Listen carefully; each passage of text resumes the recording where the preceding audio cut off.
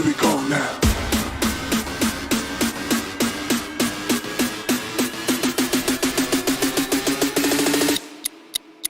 Here we go now.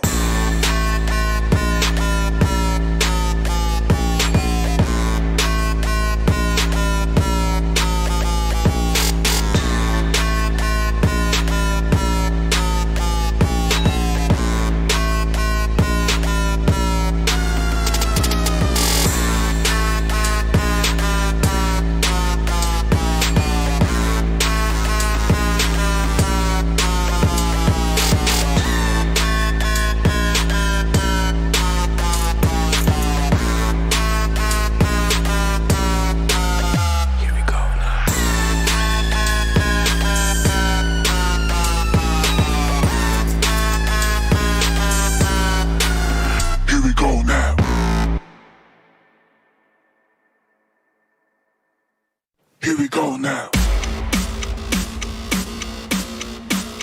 Here we go. Here we go now.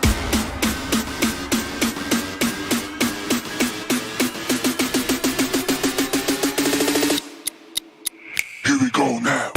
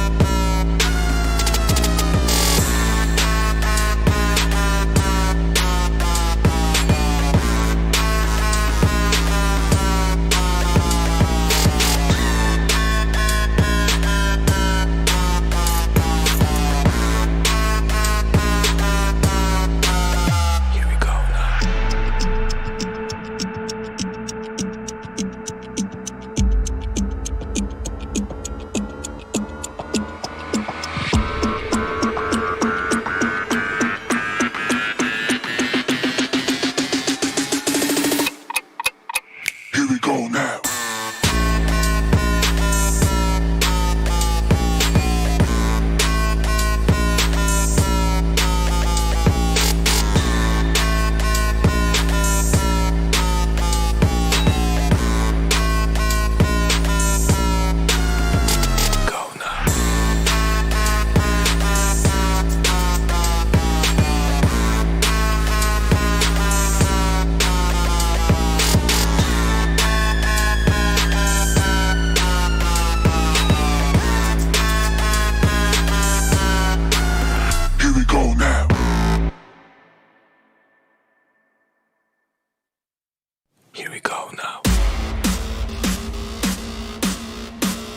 Here we go now. Here we go now.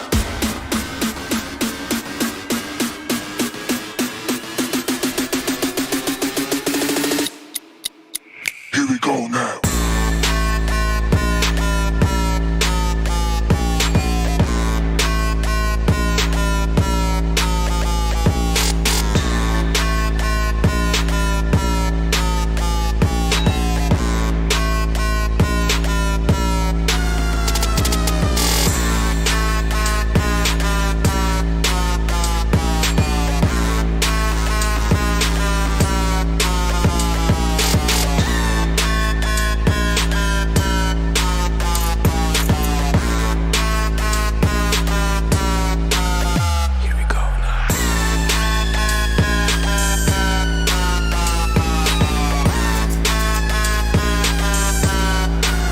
Here we go now.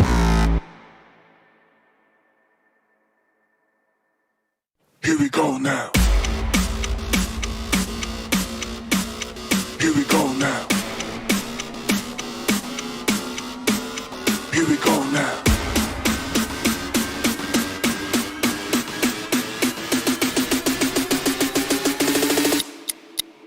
Here we go now.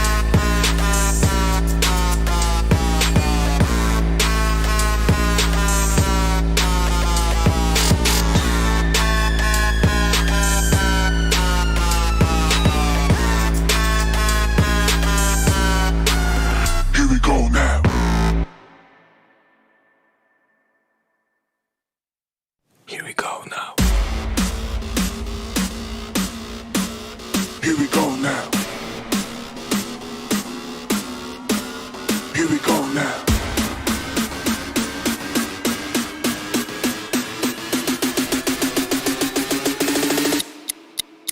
Here we go now.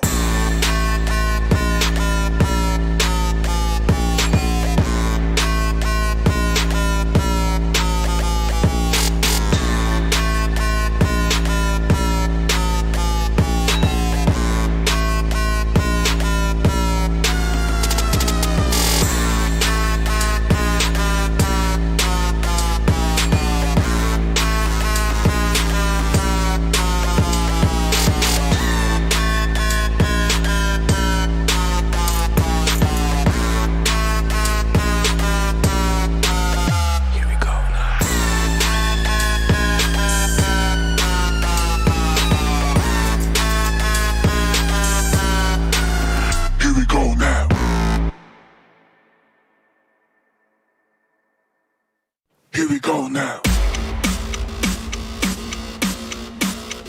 Here we go now. Here we go now. Here we go now.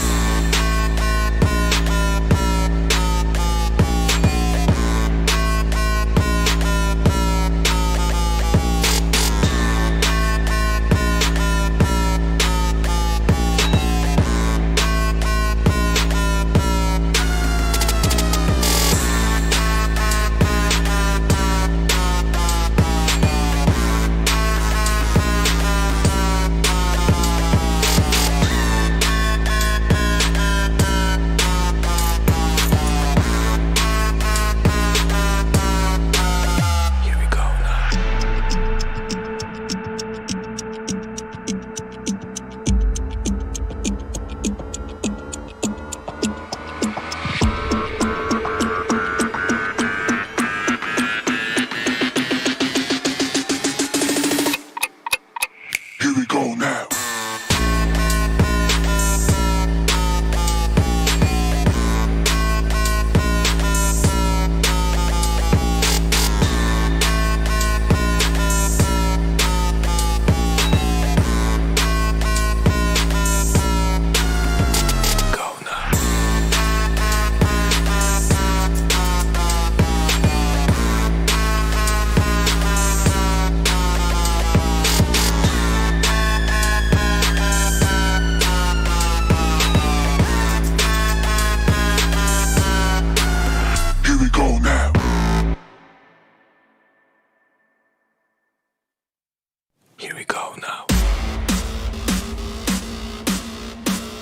Here we go now. Here we go now.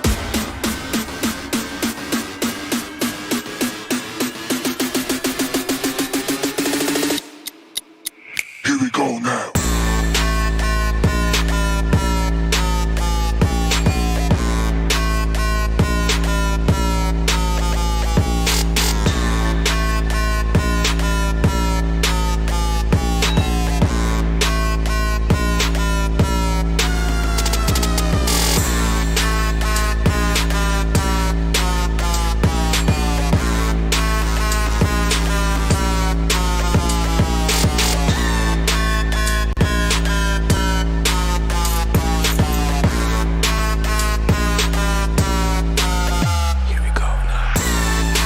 Here we go now. Here we go now. Here we go now. Here we go now.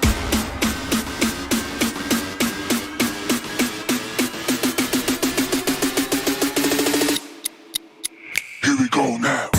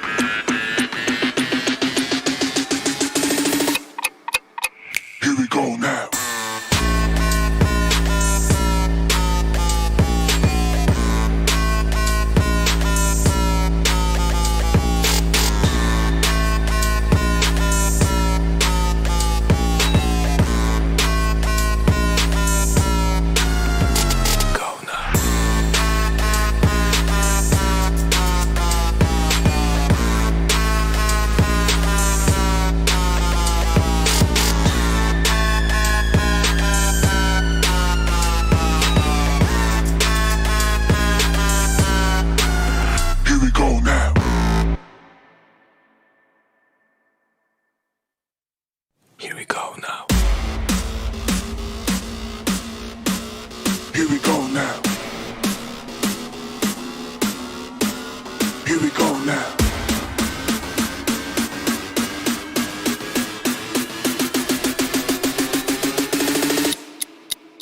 Here we go now.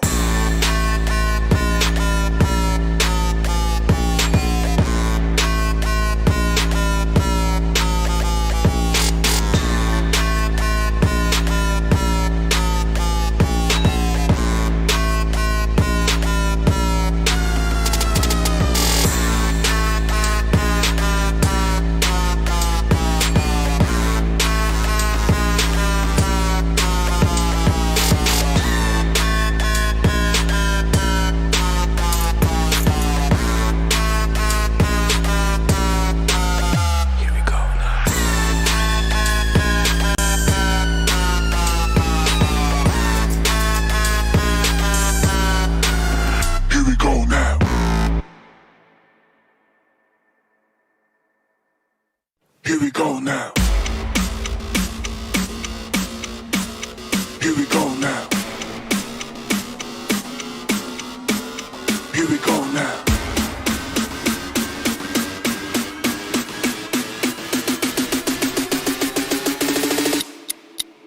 Here we go now. Are you keeping it real? I'm calling shotgun, wanna see my baby run. Oh, what's the word on the sea? Kicking up the dust, if you know what I mean. We got a good thing going. We got a good thing going on. Make it clap.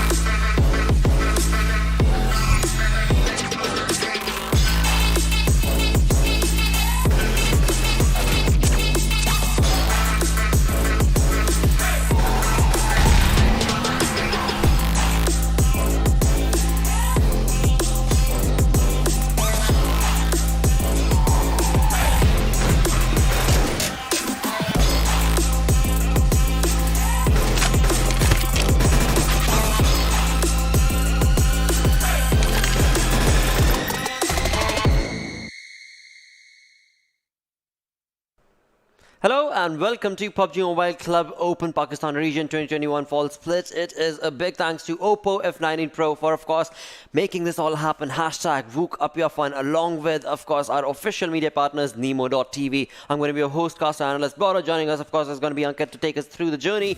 When it comes to the journey itself, well, this is going to be the second last day in the regional finals, and things are going to get heated up when it comes to this Pakistan region teams, because these teams are wanting to dominate, and that's what, Ankit, these teams have been showcasing us. Indeed it is. I mean, we saw some sort of sheer domination from the sides of UAGxTUF in yesterday's gameplay. With three chicken, they are finals at the top, and not only top, they are cementing their lead. So they are having and writing their own script for their own selves, and then we got to see teams like QWERTY and Freestyles. But I would love to see how far the teams like Grounders and Modified that have been really chiming in those real consistent gameplay, because there's not much of point difference if we got to see the teams between 3rd, 4th, 5th, 6th and 7th, but the real flying with the points is gonna be the ZARAR Esports. That is so true, of course, but with that, what is on stake, what is on the line is going to be $29,200, alongside which the team that will be at the end of the entire saga on the top of the leaderboard will, yes, be walking away with $3,600, but along with that,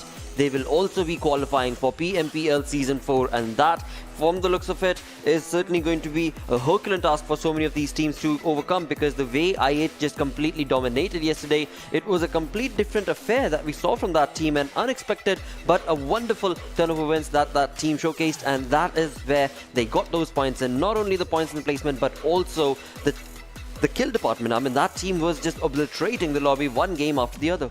Indeed, it was something the case. They were actually putting strong at this moment, and think of the point structure that will be helping them cement their more and more lead.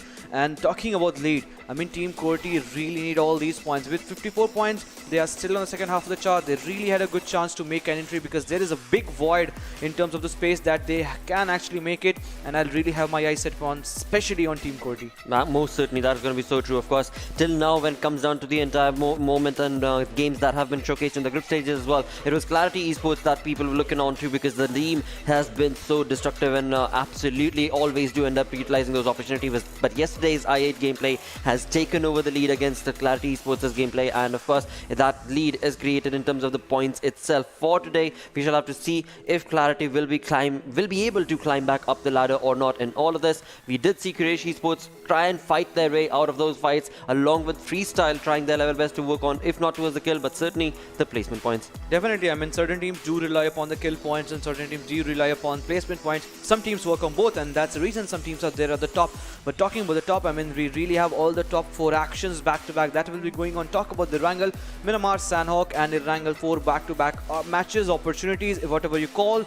For me, it seems that teams will be looking to add all these 4 maps as an opportunity, and especially the teams like 52 Rage that is still on the 16th position, the team that finished second in the semi-finals. Their tides have certainly turned ugly. That is true. That is so very true, of course, because 52X Rage find themselves at the bottom of the entire leaderboard. Not the way that this was expected from this team, but let's move on to the overall ranking and showcase what the journey has been thus far. Of course, we have been mentioning I8 Esports. This team has gotten 3 chicken dinners.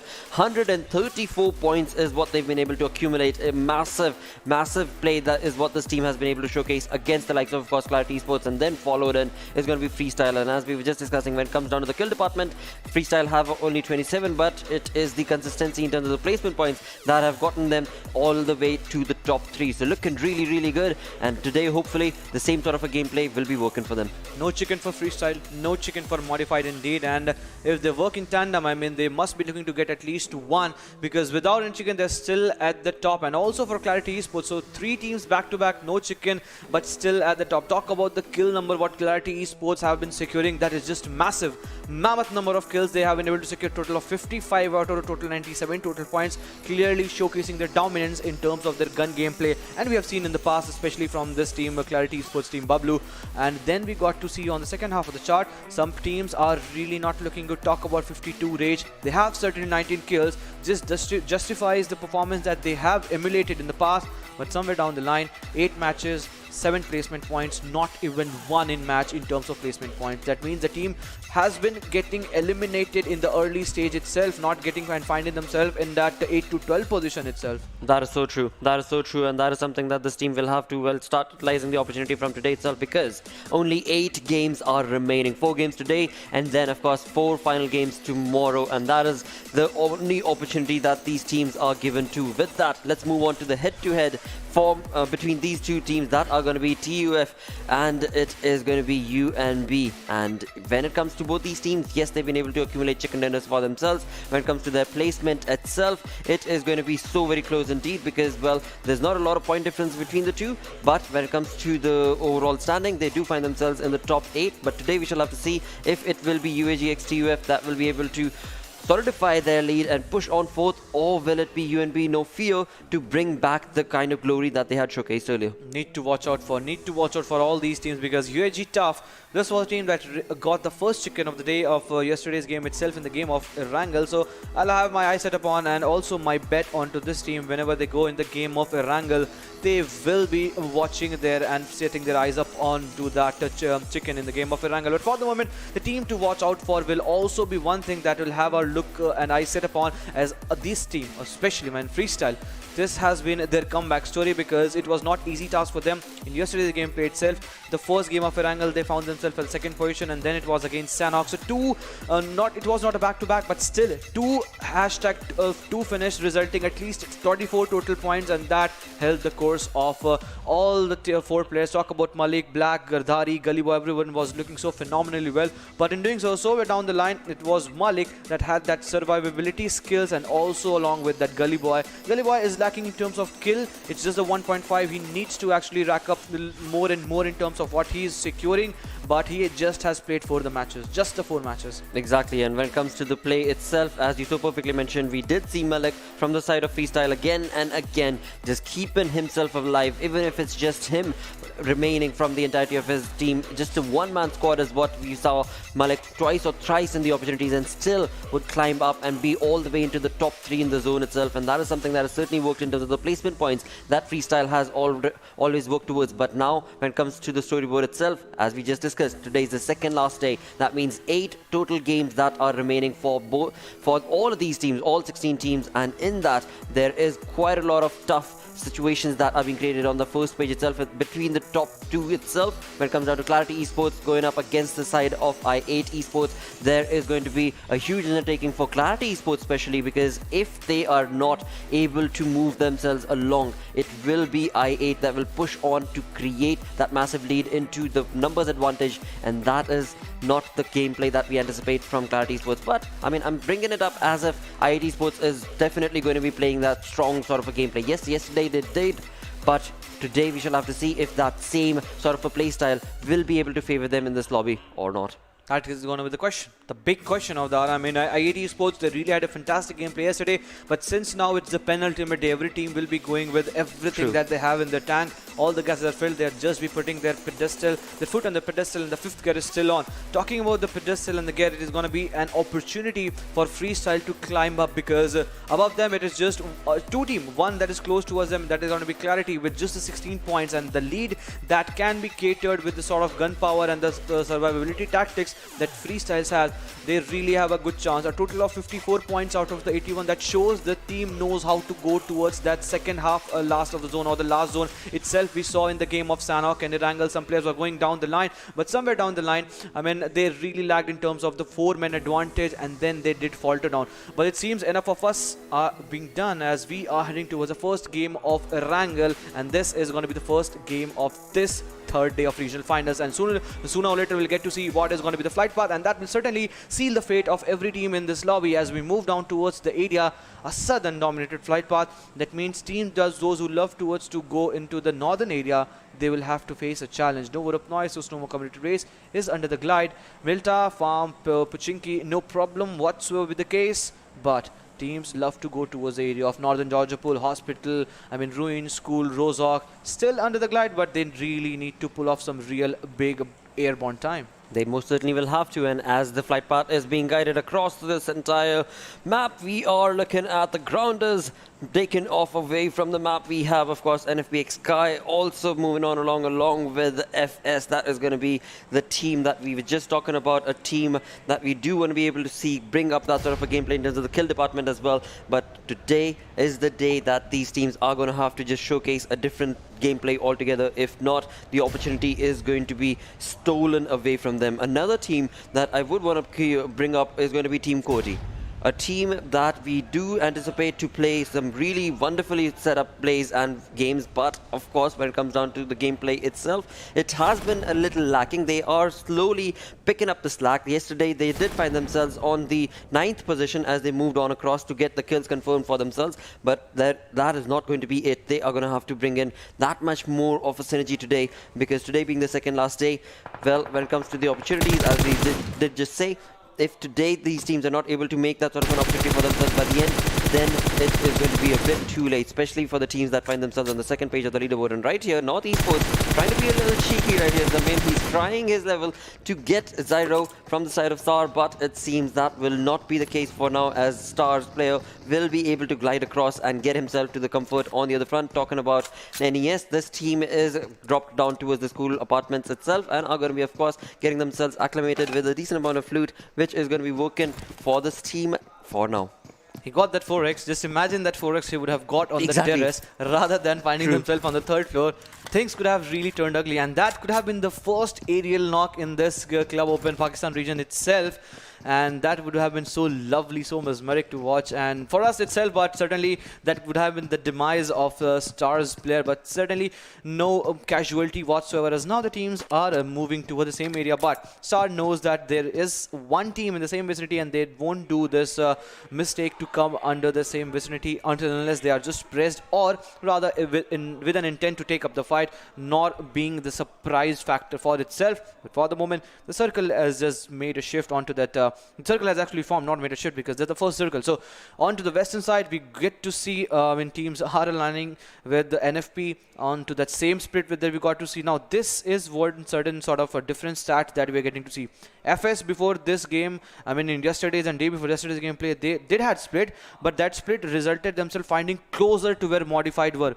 That means they have made some sort of different adjustments, and in yesterday's gameplay itself, we saw those two Erangels, and in one game they find themselves in a closer vicinity where Modified were going up against Freestyles. So some sort of maneuvering, some sort of calibration is being certainly done, and this is one good thing, that the players are reading and are just being flexible enough to move along with their strats, even in the finals itself. Absolutely, and as the game progresses on along, talking about the military base, we do have two teams there. That's going to be the side of Nova Rupnoy Team Ivy, and on the military itself, we do have Team I8, who do love to go down towards the military base, as we've seen them do so again and again, and they do get themselves acclimatized, because as of now, there is absolutely no team contesting that region away from them. On the other front, when you talk about teams that we can anticipate a little bit of a skirmish between, we do have the sides of course, Clarity, who have jumped up towards the North Giorgio, and when they try and get their rotation made from that region, that is when things can get a little tricky for them, because they might just find themselves going up in terms of that rotation, going up against the players of UAG. But for now, of course, this is just the early few minutes itself, and Team QWERTY seems like are the ones who are trying to take on a little bit of fight for themselves, and it is not looking like a knock will be confirmed for now. Team Quraysh also doing it in the same sort of a start, and it is looking pretty neat for both those teams, because they are also pretty close from the looks of it towards the prison area. Since you mentioned the name of Quraysh, I really want to talk more about this Quraysh Esports team. Yesterday's gameplay itself, the team was looking pretty much phenomenal in terms of the gun gameplay that we're taking, but somewhere down the line, they were missing those, those coordination that is really required to at least pin down one squad, because, you can bring 1 to 2 knock, and then there is going to be the third player from your opponent's side, and that will be taking you down. And in that situation, you really need something extra to bring the entire squad down. And somewhere down the line, Quraysh Esports did lag. They really made some of the good pushes. If we talk about the games of Erangel and Miramar, they were looking phenomenally good, and that resulted themselves getting a lot of points, but still not enough that they must be finding themselves in the top 5 or top 6. But I'm sure that today they must be having something in their back to offer to us. Most certainly has to be, because yes, this team, again, talking about Quraysh, that is a team that certainly will be bringing in that sort of a play. But along with that, when it comes to Team QWERTY, another wonderful turn of events for this team hopefully will be showcased today is that synergistic play that we've showcased, or rather seen from them earlier in different tournaments, is hopefully bringing them the play that is required off of them, because, well, the fans expect it, we expect it, but Team QWERTY, are they going to be able to deliver? Because the teams that are in this entire map, there are so many ferocious teams. We've got Team Sky on our screens right now, and NFBX Sky, another wonderful team where the likes of Khatir and all are so very skilled. They have been part of so many individual tournaments. They've been working together and playing together for such a long time that the synergy that has been created between Team Sky's players are so on point, and that is what it is going to be when it comes down to the spray. An absolute precise control from the Scarrel from Halsey, and the first blood brought on towards the side of Team Sky as FS's rotation has been caught off guard, and Freestyle have been brought down to a 3-man squad. They ejected from a plane with a different sort of split, and I was really happy, but certainly not happy with the strats that they are finding themselves into, because they should have known by this time that it is NFP Sky that really jumped towards the area of Feripur in a big split, and this is the area of closer to the area of QWERTY, where there's still a lot of impediments to make way through, and that one knock, this is not looking good, and still they are being hounded by a lot of bullets. Torrent is just trying to dodge away everything that is coming in from 4 players from the sides of NFP, and they are just waiting and just hoping that we might get secured 1 kill, but it seems that now the distance is pretty much in order to take the fight. NFP on a different tangent.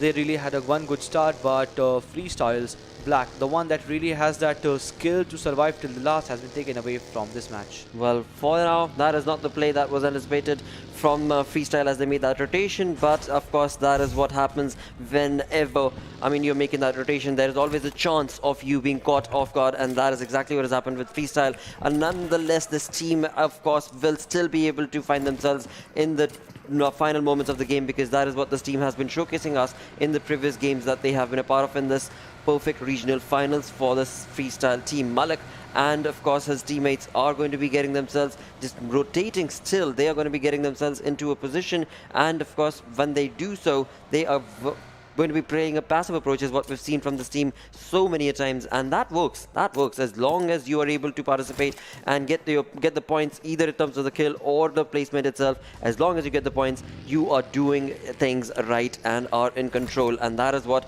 Freestyle has been showcasing consistently.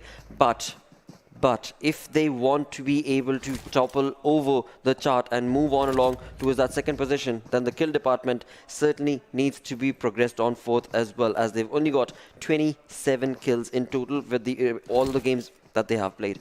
One good thing for Freestyles, as you just mentioned, all the three players have those different vehicles that they really can help with those motioning things and those locomotion. But for the moment, it is going to be again modified on our TV screens, as now they find themselves in a closer vicinity where NFP Sky is present. But this time there was no contestation between Freestyles modified, rather it was one demise from the sides of Freestyles in the name of Malik. But as soon as the circle went for a shift, I mean, these sort of circle tends to go either onto the bridge or onto the extreme western side of military base, and in that it seemed that I8 has realized the situation and they are now falling back into their own home.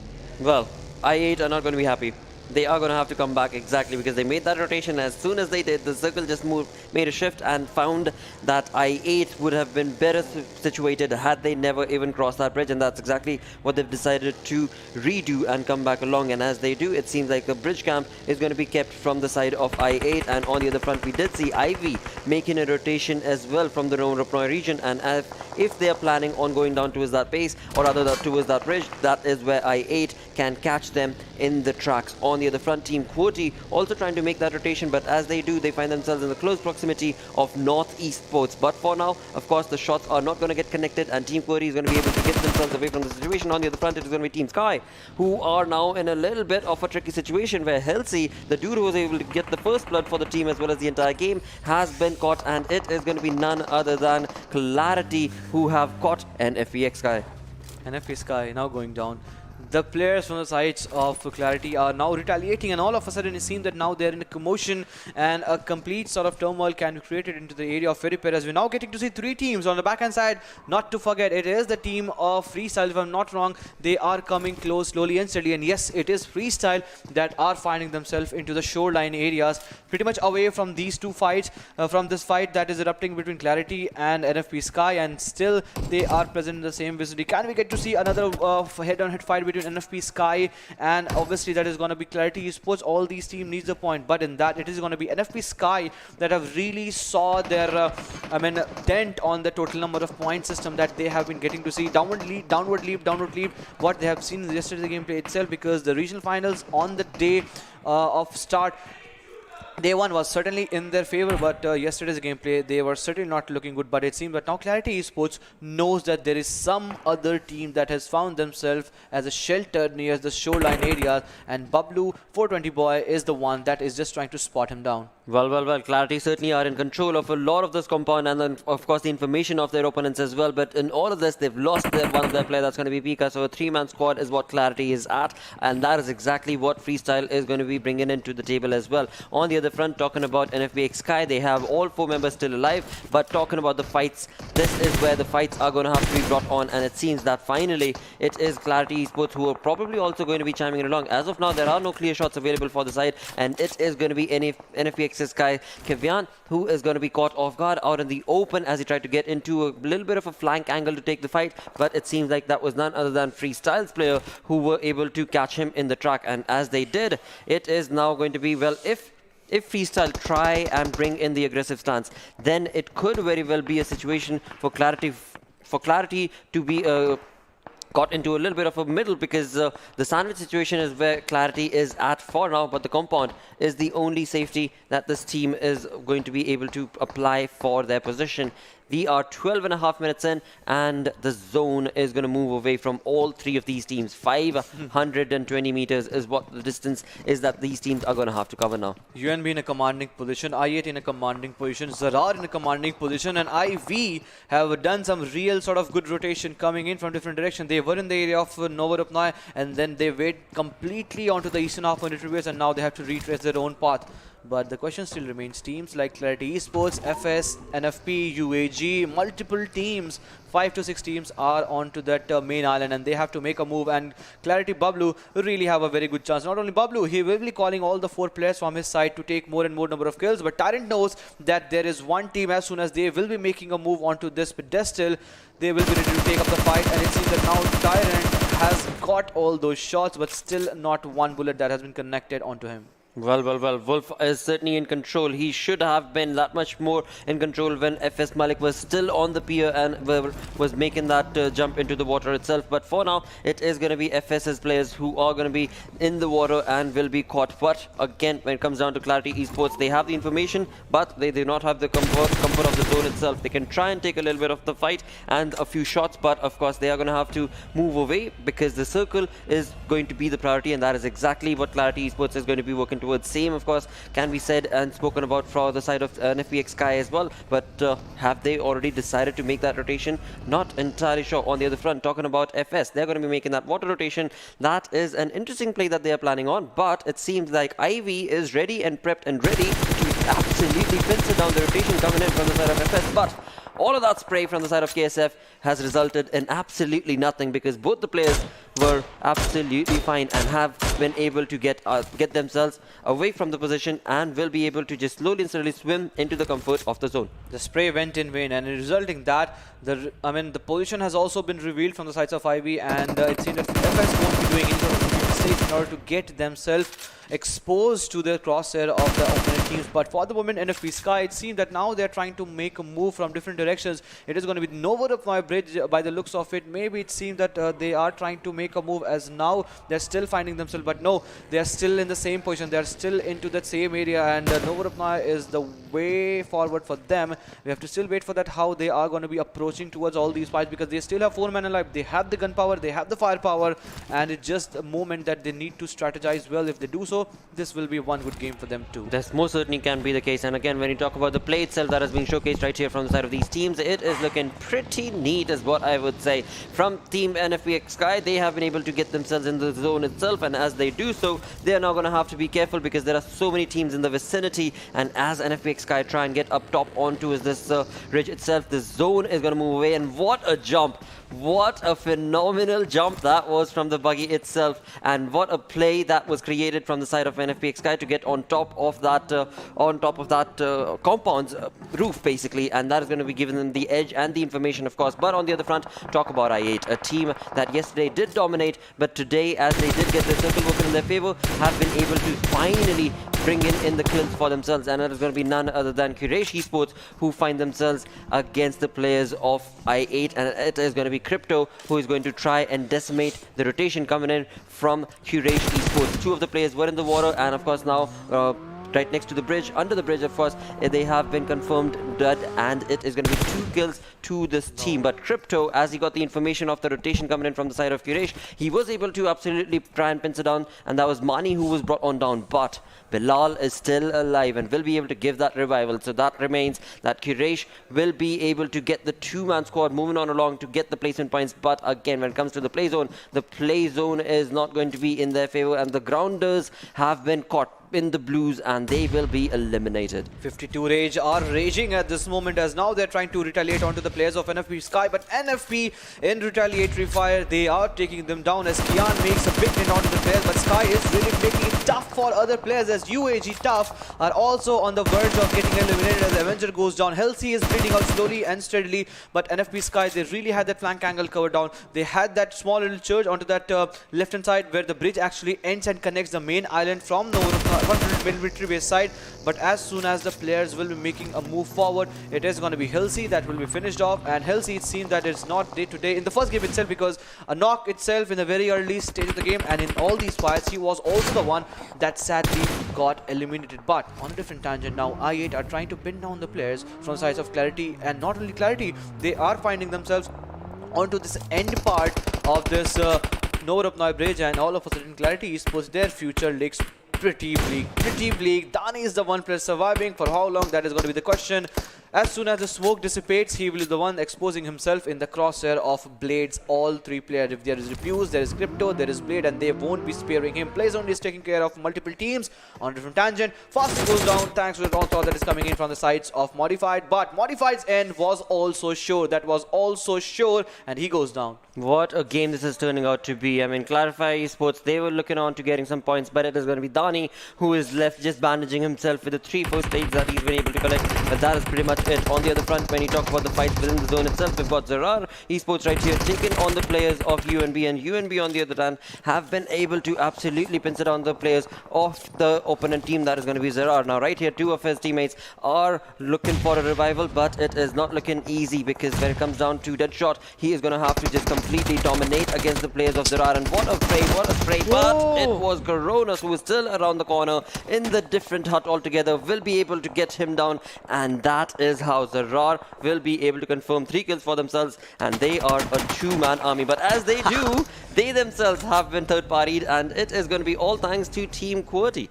QWERTY into the fight. There we go. They are looking strong at this moment, and also looking pretty much promising in terms of the kill that they are racking up for the moment. And Dani on a run, just run as fast as you can. He's having the support of Buggy, but as soon as he makes a move into the zone, it seems that he will be gifting away 1 point, 1 kill point. If that happens, it will be a sad demise for himself. But this is a courageous player. He knows how to actually strategize the game, and it seems that he is not, I mean, Team Star is not aware of the exact positioning that some teams have come in from the backhand side. As soon as that happens, he will be really surviving on the mercy of Team Star. But Circle has made a shift, and it seems that it is going to be IV that is having complete control on the western side, but they need to make sure there is big one team that looks too ruthless. That is going to be I8. Absolutely. And talking about the mini-map, we do have Team QWERTY in a very wonderful position for themselves towards the northwestern front of this circle, or 5th circle. And when you talk about I8, they are finding themselves towards the southeastern front of the circle, and this is going to be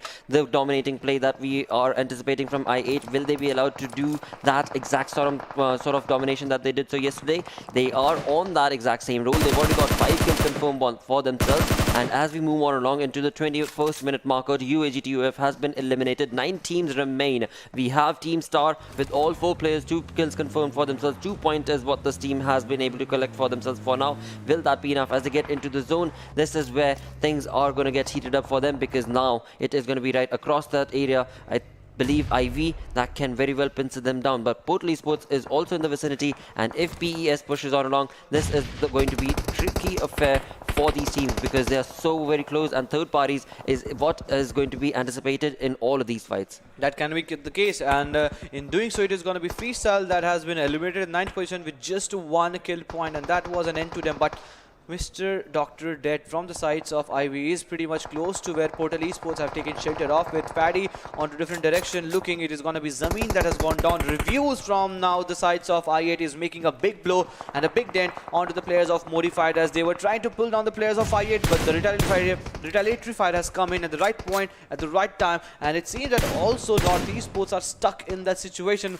But for the moment, every team is on the edge of the circle. As soon as the circle will make for a 6th shift, it is going to be an important factor where the circle will be shifting, which team will be getting the benefit of it, or rather the circle will be completely going in the open onto the northeastern side where no team still prevails. But it is going to be IV Esports that is really having an influential gameplay till now. Just the 1 kill, not pretty much the same way that we have seen in the past, but till now all the 3 players are surviving, and they really can have those important placement points. But Blade takes down Loser, as now they are trying to pin down the players of Team Star. And Team Star, you better be prepared, or it is going to be the hungry I8 looking up to charge on you. Absolutely, they are just going to be steamrolling across this team if they are given the opportunity to do so, and that is exactly what they are trying their level best for. On the other front, it is going to be PES's Momtu, who has been able to push alongside the perfect ridge control that Ivy were favoring for themselves, but now the nade parade that they've been able to showcase has resulted in Ivy being brought on down and slaughtered down thanks to Portal Esports' perfectly set up spray and control.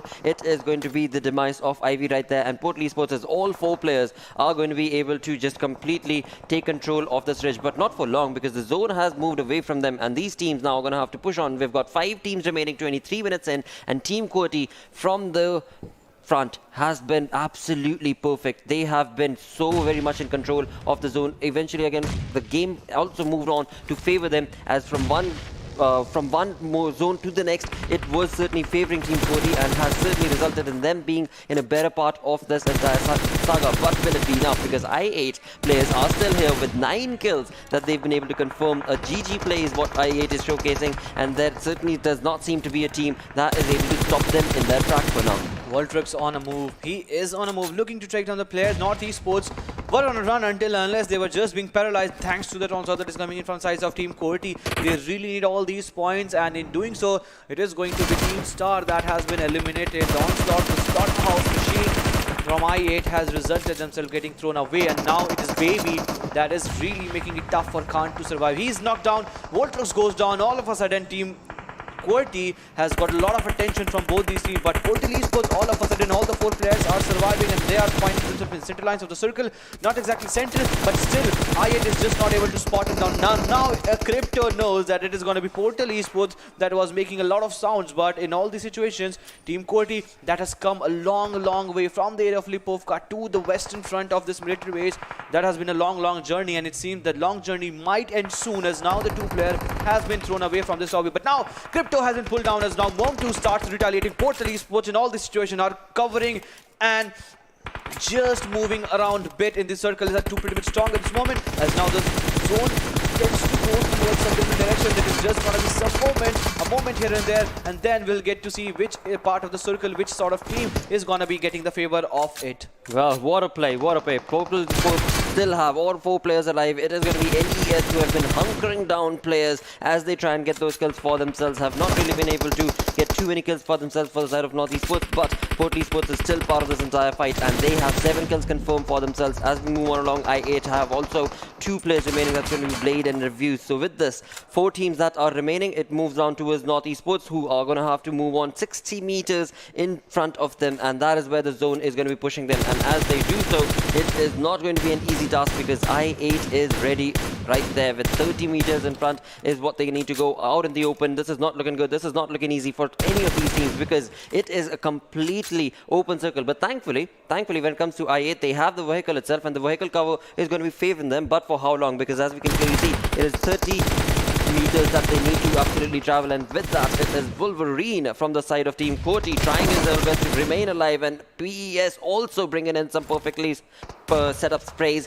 In that, they have been knocked. Momtu has been knocked, Nocto has been knocked, but the revival will most certainly be given, because the teammates are already across them and will be making sure that all 4 players push on into the zone. And this is not going to be an easy fight or easy rotation, because this is the 7th zone. That means the blues are going to be giving you quite a lot of damage, but it seems like Portal Esports are in control, as they are going to be utilizing those vehicles to get themselves in the favor of the zone itself. And as they do so, I8 is prepped and ready with the nade parade that has been showcased from the side of Blade. If this is going to be on point, there will be a lot of damage that Portal Esports can anticipate, but the nade is going to be a little far off. But Northeast Sports, what a flank angle that Daku finds himself in, and as he does so, he will be able to give a lot of damage to Portal Esports as soon as the car bursts. But before that happens, the retaliation will be brought on from the side, and it will be eventual demise for Daku. Insane is the one that is really taking the charge, and he really saved off as soon as Ghost finds himself on his feet, just trying to make a move into the zone. He will also be thrown to the lobby, as now the lead gets connected onto his chest and onto his head, thus resulting his elimination. And finally, we are down to 2 teams where 5 players are still alive. 3 from the sides of Portal Esports, and this has been a long journey. 3 3 kill each for Baby, Mom2 and Insane. And Nocto is the one that is really lacking in terms of those kills. Will this be a time where Nocto will be making sure that he also gets a 3 kill? If it does, it will be an elimination for I8 and thus resulting Portal Esports getting 1 chicken. But all these things before that happens, it is going to be a one big challenge that they need to face because it's already 11 kill with which I8 is going into this last circle. 4 into the name of Blade and they are just not stopping. They're trying to take advantage of any sort of situation. Mom2 still surviving. Grenades are being used. Mom2 is on a run as they now try to make a move into the circle. The circle has certainly gone away from this brown team and that is obviously going to be Portal Esports, and the yellow little marker that is looking to get to see in all these fights, that is going to be I8. They are getting the favor of the zone. Reviews is on a charge and Blade, as soon as Reviews get any shot, it is going to be him that will be giving the cover fire, and in that it is going to be Insane's move that has to be pretty much insane in order to get him down. But will he be spotted down? He will be spotted down as now it is going to be up to Nocto and obviously the last player surviving to take the players down. Mom2 is still alive. Nocto, sliver of an HP, is still surviving. Blade is on a charge and it seems that the chicken is going to favor with the happens. It seems that I really spoke too soon as it is going to be 1v1 affair. Reviews on a charge. Mom2 does it for Portal Esports. That's the last player for the sides of I8 was taken down. What a game for Portal Esports. They were in the middle of the zone. They were getting a lot of shots, but those important vehicles, talk about those walkies. There were 4 important vehicles that they really took shelter about. And from that, getting 12 important kills, 1534 damage, a total of 27 points. Overall rank is where they must be finding themselves at the 12th position. And this is a comeback that we were waiting for. Portal Esports are really going in. They have played it to absolute perfection. They were not looking too good in those moments, in those fights, but the only thing, the most important thing that worked out for PES is the fact that they had all 4 players alive and they focused on that. There were moments when of course the players were being knocked and they still focused on getting those revivals, and that was the crucial thing. That was the game-changing moment where Portal Esports dominated and were able to confirm the game for themselves. An incredible turn of events for the side, but I8, I mean that team, wow, what a play that team is bringing. From yesterday's plays to the way they've started the day today, it seems like there is going to be no stopping the team of I8 and Clarity Esports. Well, they were caught in terms of the circle also. This was a really tricky circle to try and maneuver into because the zone was not favoring so many of these teams. But yes, QWERTY was there. QWERTY, I think, should have done better, but they tried to play their cards right. With that, let's move on to the most valuable player coming in from this game. And that is certainly going to be of Reviews. No second doubt about that. From the sides of I8, 1096 damage.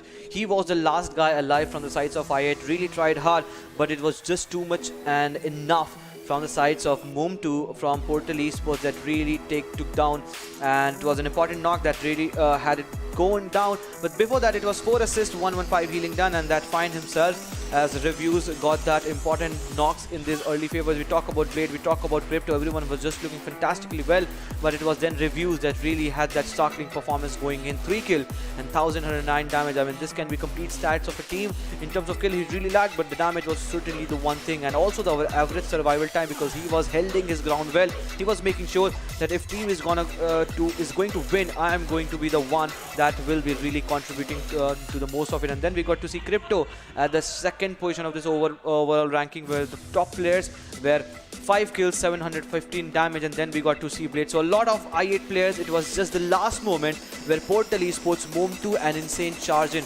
and you really need to think about, I mean, that's the crux situation. If you try to take that situation into your favor, it's your game, and that Portal Esports did. They most certainly did, and they did it to perfection to take that chicken dinner away from I8. And honestly, thank God that they did. Had they not been able to do that, then it would have been a complete domination and annihilation that I8 would have showcased to the lobby, because yesterday they got 3 back-to-back chicken dinners, and today if they would have started with that sort of a steamroll in performance, it could have been a complete game changer. But again, that is not to say that they still cannot do so. They were so very close. They've got 12 kills, same exact as Portal Esports, but it is of course the 3-point difference thanks to the chicken dinner favoring Portal Esports for now. But I8 also walking away with 24 points are going to be creating that much more of a lead in terms of the way the overall ranking is going to be showcasing. On the other front, North Esports also find themselves on that 3rd spot with 13 points. But here we go, Team QWERTY. with 2 kills, but the 8 placement points, giving them 10 in total, is certainly going to be helping their cause and maybe even helping them to move up into the 8th position. We shall see if in the overall ranking this start will favor Team QWERTY or not. Indeed, it is gonna be for Team QWERTY, but the Portal Esports really had a very good game. 12 kills, 15 placement points. For a moment, I thought that kill number might just look too bleak and just too less in terms of what they were able to secure, but this was not the case. 12 kills, 15 placement points makes a total of huge amount of chunk of point that they were able to take. But certainly 52 Rage Esports, I don't understand what has just happened to these guys. They were trying to take the fight against NFP Sky Esports and they did take down at least one player, and that resulted them getting 1 kill. But then it was just 52 Rage Esports getting down, and the grounders are also just getting grounded in terms of their approach. Tough also faltering down, Freestyle is also faltering down. So a lot of team in that 3, 4, 5, 6 of the chart of the overall ranking have also faltered on. But certainly a game that was really required for Portal Esports. They made it. They have made it. They certainly have made it. But of course, i8 were also part of that entire saga where they were just taking on so many kills. And that was not the only team. So many other teams were part of the kill department, as we can clearly see on the second page of the leaderboard as well. All the way till the 15th holding team. And that is where we can bring up the Oppo F19 Pro moments to bring up the kills. That is where we can recap through all of these wonderful fights that these teams took, where it was Team Sky who was bringing in that first onslaught, and from there we moved on along to just bring in so many wonderful plays that was being showcased, from these rotations to bridge camp situations to absolutely pinching down the opponents from one team to the next. Yeah, indeed. UNB, I mean, they were really on a charge.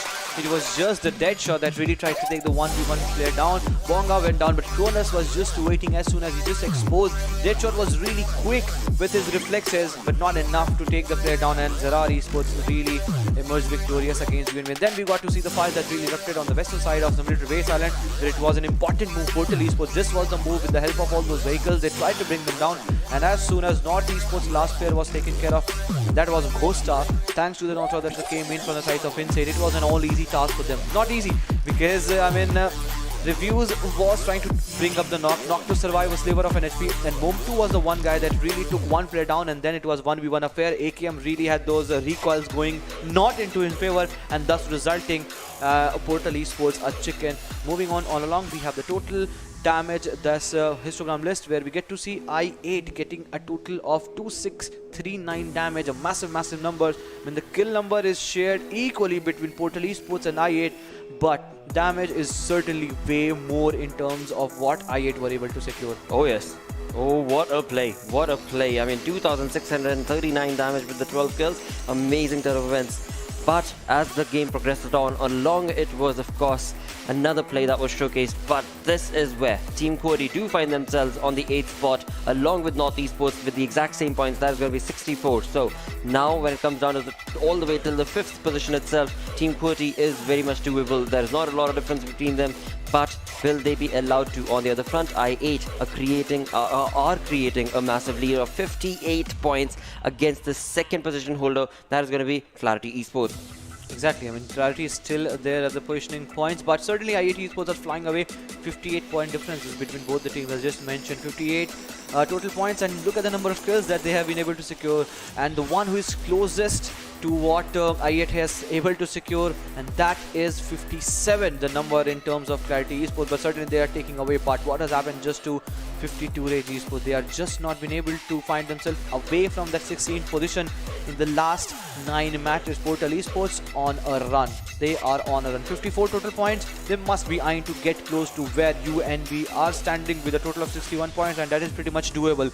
With the amount of performance that they have shown, it's just a 7-point difference. Hoping that ZARAR and UNB don't have a very explosive start or many good games in terms of that. If not, Portal Esports will be on that success of ladder. Well, what a play this is turning out to be. What a day this is turning out to be, where i8's domination continues on forth. With that, we've got first game taken care of. 3 more games do remain. But before we jump onto the map of Miramar, it is time to go on a short little break. We'll be right back.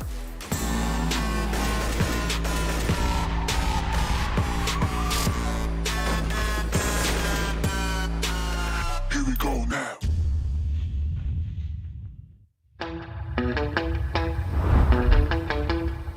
Are you keeping it real? I'm calling shotgun, wanna see my baby run.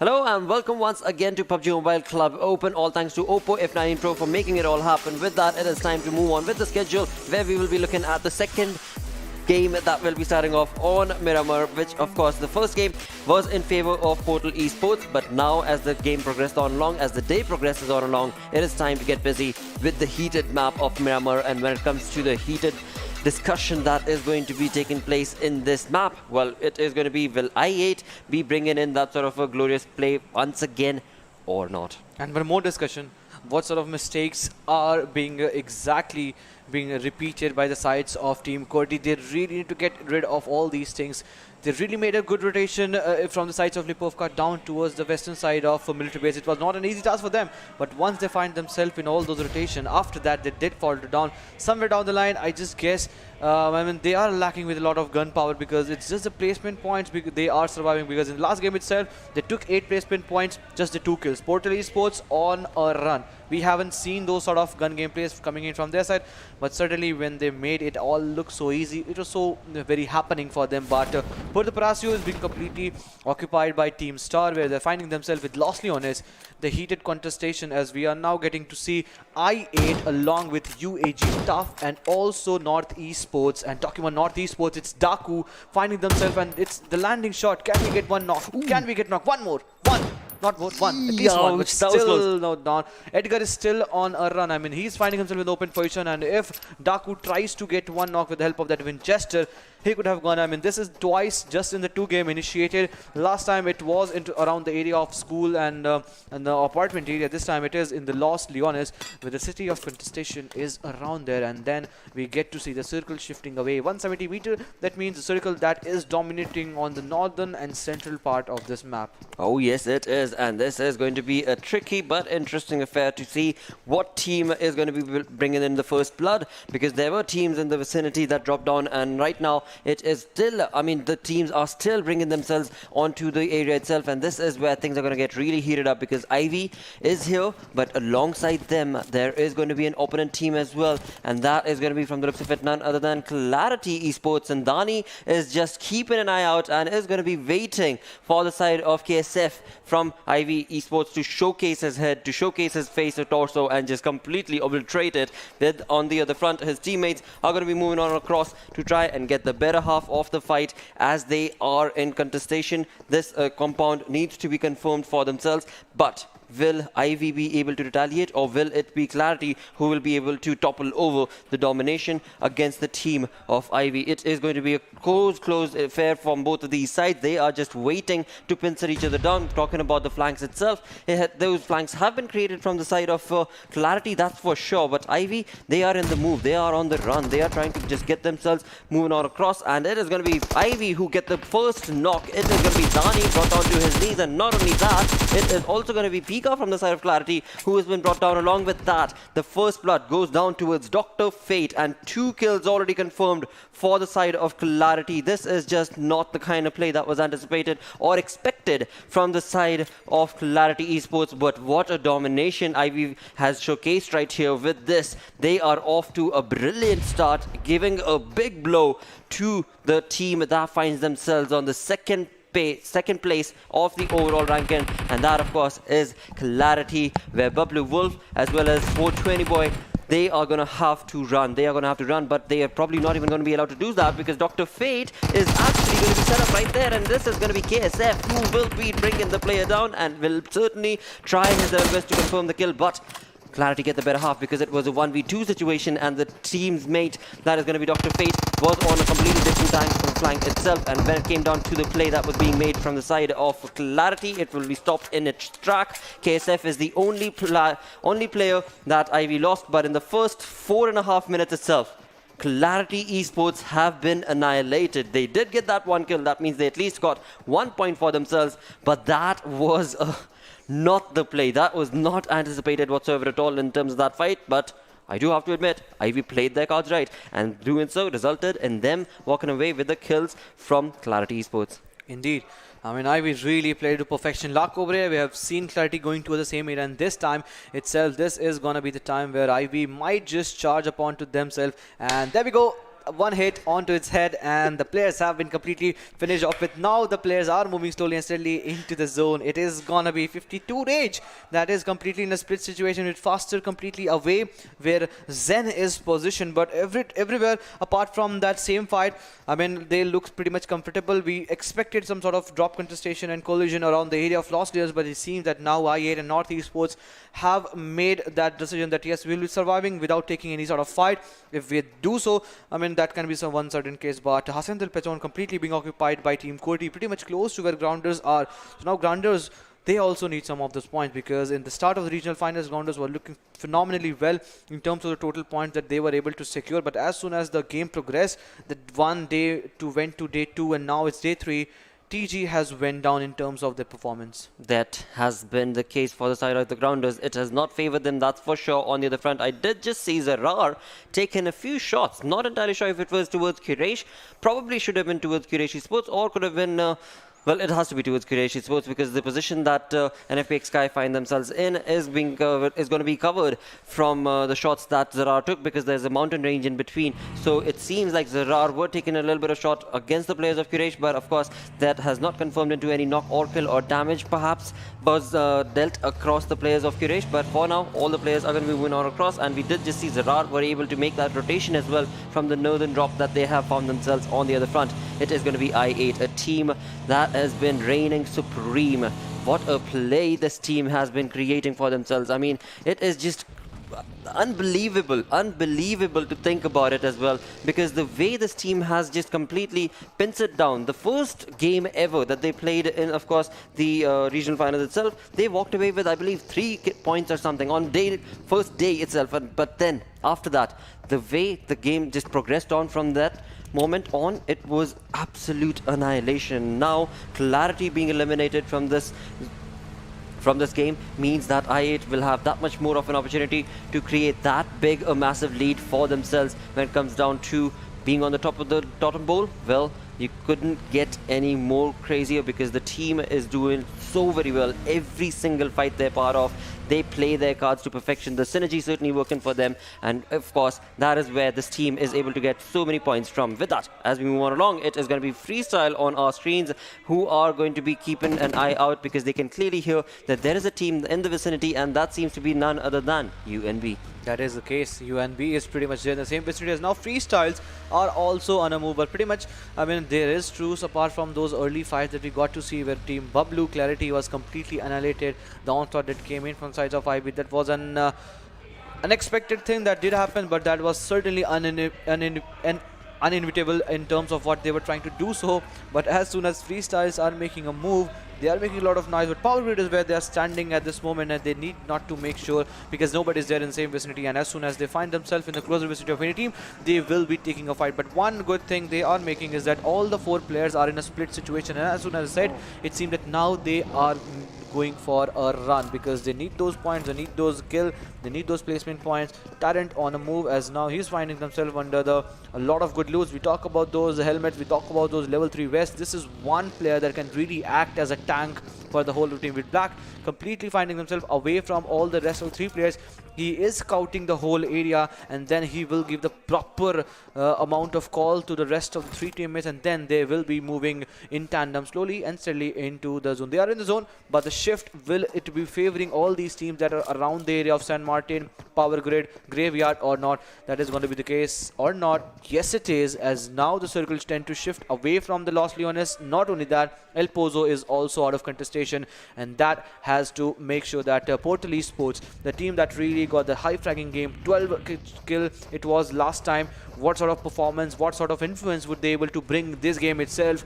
It is going to be one good thing. But for now, it is going to be a safe entry, an easy entry, because there is no team whatsoever on that front from where they are trying to make a move. Absolutely. For now, we move on towards the team of 52X Rage, a team that we want to be able to see bring in some annihilating plays, but they are not allowed to do so, because they have they are being pincered down every single game that they are part of. They try and walk away with a few kills or a few placement points, but that is pretty much it. And again, when it comes down to the opportunities, there are only that many that you get in a game. And again, when it comes to the game numbers themselves, well, we are not looking too good because the game numbers are slowly but surely going down for the teams like the US race. But right here it is going to be I8 players absolutely penciling down the rotation coming in from the side of TUF, and Edgar's vehicle has been blown. He was given a little bit more of a damage, but thankfully he has not been well eliminated off of this game. On the other front, it was Team QWERTY also taken on a fight, and as soon as TUF made that rotation, it was going to be modified that they find themselves in the close proximity, and Team QWERTY taking a fight against the players of 52X Rage. Not looking too good. TUF Virus is going to be finding himself in the exact same fray that Edgar did a few minutes ago, but I8 Spray will not be able to stop that team of TUF in their tracks, and they will be able to confirm that rotation for themselves. As they do, it is going to be UNB now who have been able to hear all of these shots that I8 have been taken, and TUF's Avenger is actually retaliating against the players of I8 and is going to be trying to pincer them down, but for now that is certainly not working around.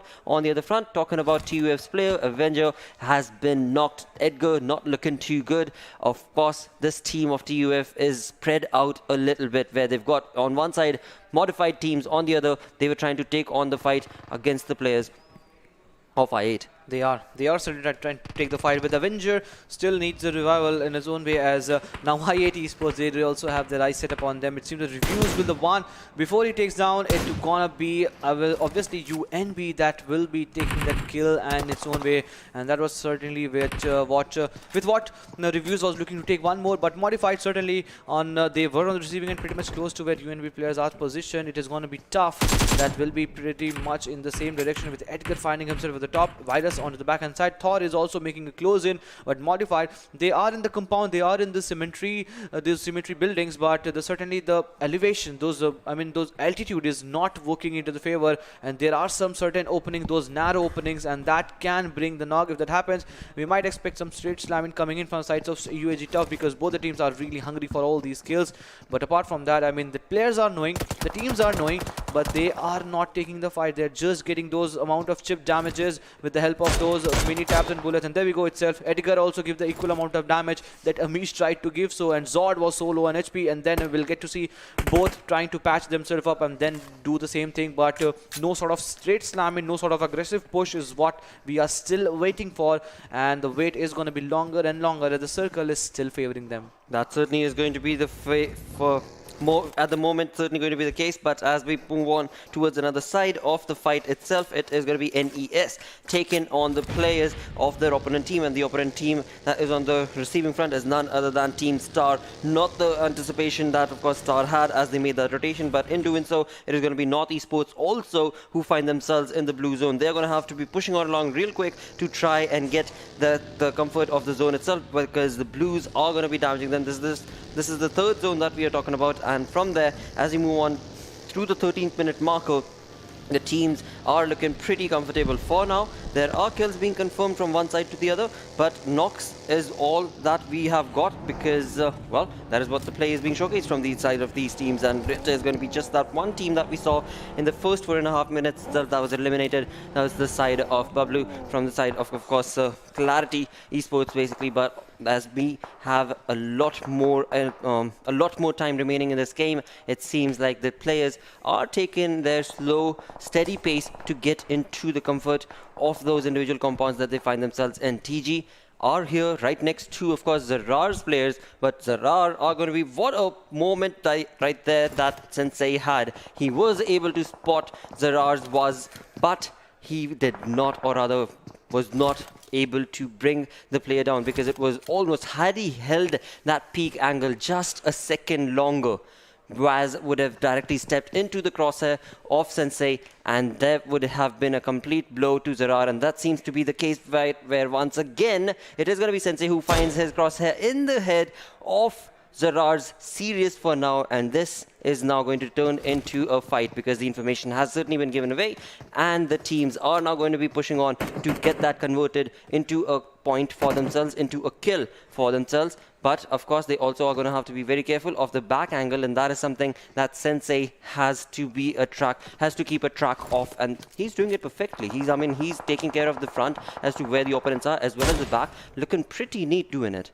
Indeed, they are looking pretty good at this moment as they are not getting every sort of location. We talk about different players. Sensei is the one that is getting a lot of angle covered, but ZARAR serious. It seems that he is finding himself and busy in taking down the Quraysh Esports player down. Rather, they are not interested in taking down the players from side of the grounders, but it seems the grounders will be making a big blow as now Serious goes down. Vaz is the one that is really patching himself up, but I mean, Quraysh Esports, you better be careful else you'll be taken care of as now Dubai is making a charge. Money has gone down and completely thrown away from this match. Vaz in a 1v1 fight goes down as Dubai with that incredible knock makes it all happen for himself. And now the fight will be an even one as the players from the sides of Vaz won't be getting any sorts of revival. And this is a demise for one player gone down from the sides of ZARAR. Skronos is still on the backhand side and Quraysh Esports, they're just not over-aggressing. There were lurking angle from the sides of Quraysh Esports, but still not just over-aggressing. 3 players on a charge into the same vicinity with Money still on the charge. Kronos, he needs to watch his back. Watch your back. You don't watch. It is going to be Dubai taking care of one more knock. Will this be converted into a kill? It seems that that is going to be a tough task if they try to get the kill converted, but Bonga is on a run, and it seems that Dubai knows it pretty well that there is going to be one player at least that will be crossing all these ridges to make that revival successful. But Bonga, being the wiser one, is deploying the smoke, but does the player from the sides of Quraysh Esports have that amount of gunpower, amount of firepower that can bring the knock through the smoke? That is going to be the question, that is going to be the thing to watch out for, as Bilal is still trying to spot down the player, but ZARAR Skronos is on a different side of that small little cement slab, and now the grenades are being hurled from the sides of Quraysh Esports. Well, Bilal had that opportunity right there. Had he just been praying blindly, it might have just connected, might have just confirmed into a kill for him, but that was not the case. The dude will be able to get a revival for now, and ZARAR will have a 3-man squad, no two ways about it. But on the other front, when it comes down to ZARAR and Quraysh Esports, they are having a pretty neat fight, but in all of this arena, why is there no third party being created from the side of the grounders? The grounders had the information, they can clearly hear that there is a fight taking place. This is the moment where the grounders can very well retaliate and get the kills for themselves, but they are being very quiet. They are just maintaining that position, and that is not what is required from them, because when you talk about the overall rankings and standing, the grounders need those points, and this is where Portal Esports is showcasing that exact same hunger to get those points, and it is Modified on the receiving front. Not looking too good, because Modified have been brought down to a 2-man squad, because 2 of them were caught off guard in the open, and it is going to be Portal Esports once again catching another team in the open, and that's going to be none other than Dr. Fate from the side of Ivy, and this is where Flex is also going to be brought down to just that one final player, Dr. Fate. Fate needs to actually seal his fate for the moment, because he just cannot linger all around in the open situation. If that happens, it is going to be the same sort of onslaught that is coming in from the side of Portal Esports, and now Portal Esports just not allowing any team to survive the situation. Just one knock was what I was begging for, but certainly this time it was North Esports' better driving skill that really made it happen for them. Without any knock, they have made a move into the center line of the circle with no other team surviving on the same vicinity where Portal Esports are still there. It is really important for Portal Esports to make a move, because last game it was them for themselves. They really got those important kill points, placement points, and now they need one more good game, because at the end of the day, you just cannot rely upon one good game. It has to be in succession, it has to be in tandem, and in doing so, it is going to be Portal Esports Nocto that has fallen down, because it was Modified Amish with that M249 that really slaughtered him off. What a perfect turn of events this has turned out to be, where indeed it was Portal Esports who were trying to eliminate the opposition, but now the opposition certainly has tried to deliver perfect damage, and I8 is the team that I was just about to name. I8 in the kill feed, one by one, completely dominated North Esports and sent them back with just that 2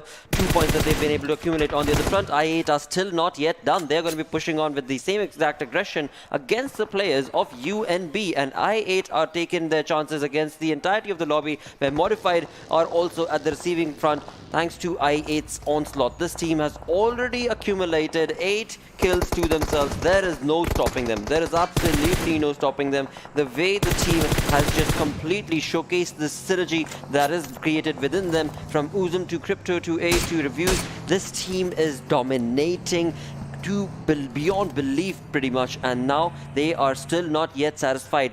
Their appetite is so very large when it comes to these games that again and again and again, every single game after game, they get those kills converted for themselves. And Crypto right here just absolutely bringing in that perfect burst towards the players of UNB, and UNB's player is not looking good because he's going to be at the edge, and that is exactly where Crypto wants him to be, out in the blue or give him his life. And that is what Blade is going to be confirming through the smoke, getting that knock, and eventually of course he will try and get that kill confirmed, and that is the play that has been made. A few of the kills were certainly stolen as well, where we do have Portal Esports as well as Team Star bringing themselves, but TUF being eliminated. What a crazy game this is. With 20 minutes, we are 10 teams remaining. Quraysh also on a charge is now trying to take down the players of Freestyles. With the players going down, it is going to be important task for 52x Rage, because we still haven't seen this team in this action today.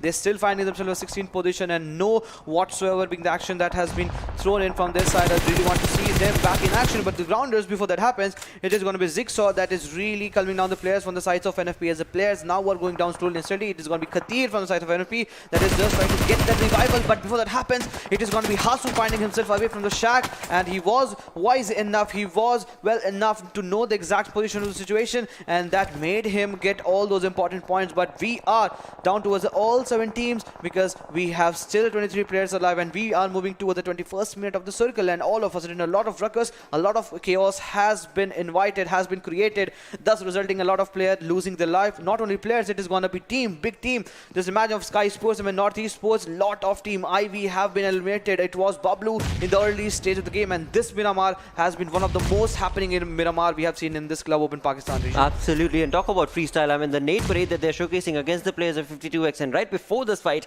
they were the ones who were absolutely trying to pincer down the players of I8 as well, where they were able to knock down a few of them players. But on the other front, when it comes to 52x, this team is on the run. They will not be allowed. Of course, it is going to be either the blue zone or the nade parade showcased from the side of FS, and that is the only two opportunities that these teams have. A nade being showcased from the final player of Rage is going to be, of course, Zen, and his nade has resulted in certainly bringing a little bit of damage to FS, but will that be enough? Respect and Tyrant have been brought down to their knees, where FS, Malik and Black are going to have to work towards the revival, and same will be the case that Zen will be giving to his teammates alongside all of this. It is going to be I8 sitting up on top with 10 kills confirmed for themselves, 22 minutes in, and on the screen where we are talking about FS as well as Rage, the two teams also need to get the revival and confirm that revival and get into the zone, because the zone is not favoring them. We've got Team QWERTY being a part of the arena as well, and as soon as 52x tried to get themselves revived, it was not going to be allowed, because, well, you've got Team QWERTY who are also trying to steal these kills away, and 52x Rage, they are looking pincered down with 0 points for themselves as of now. 2 players knocked. It is going to be a tricky affair for Zen and his teammates. All the 3 players are looking pretty much helpless in this moment, and it's going to be Faster that is just trying to fasten himself up in all these directions, in all these areas. It's going to be tough task and tough challenge for them if they really need to make a move from all these angles, from these areas, because it is not only one team. As just mentioned, it is going to be also a QWERTY that really have their eyes set upon, and as soon as Faster makes a move into the zone, it was not an disengagement, rather it was a prayed down, it was hung down moment for Freestyle, as they got a huge number of kill from that, and it got an elimination from 52x Rage, and still it is going to be no stopping for Team QWERTY, as all the 4 players are coming in from the northern side, and they are making pay for any team that is trying to survive in the same vicinity. It is going to be the Grounders, still 1 player alive. I mean, kudos to that lad that is still surviving with that approach, but Malik is finding himself in an open position, and he is up against one big team that is looking kill hungry. 12 kill is what the team is able to secure. Can they repeat and emulate the same sort of performance that we got to see in the day 2 of Miramar? We have to still wait for that, because still there are 9 players left apart from the 4 that comes from the sides of I8, and they still have that chance to emulate that 21-2 or 22 kill chicken dinner. If that is going to be the case, I am really hopeful and to see that happening. That most certainly could, because the way this team is moving on along is looking really ferocious. But in the kill feed, again and again, I am looking at Team QWERTY bringing in kills for themselves. They are the ones who eliminated Quraysh Esports. They are the ones who are bringing in a lot of ruckus for the side of Portal Esports, and will be able to eliminate them as well. With that, Team QWERTY sitting at 7 kills, looking really ferocious for now. But talk about consistency. FS is still here.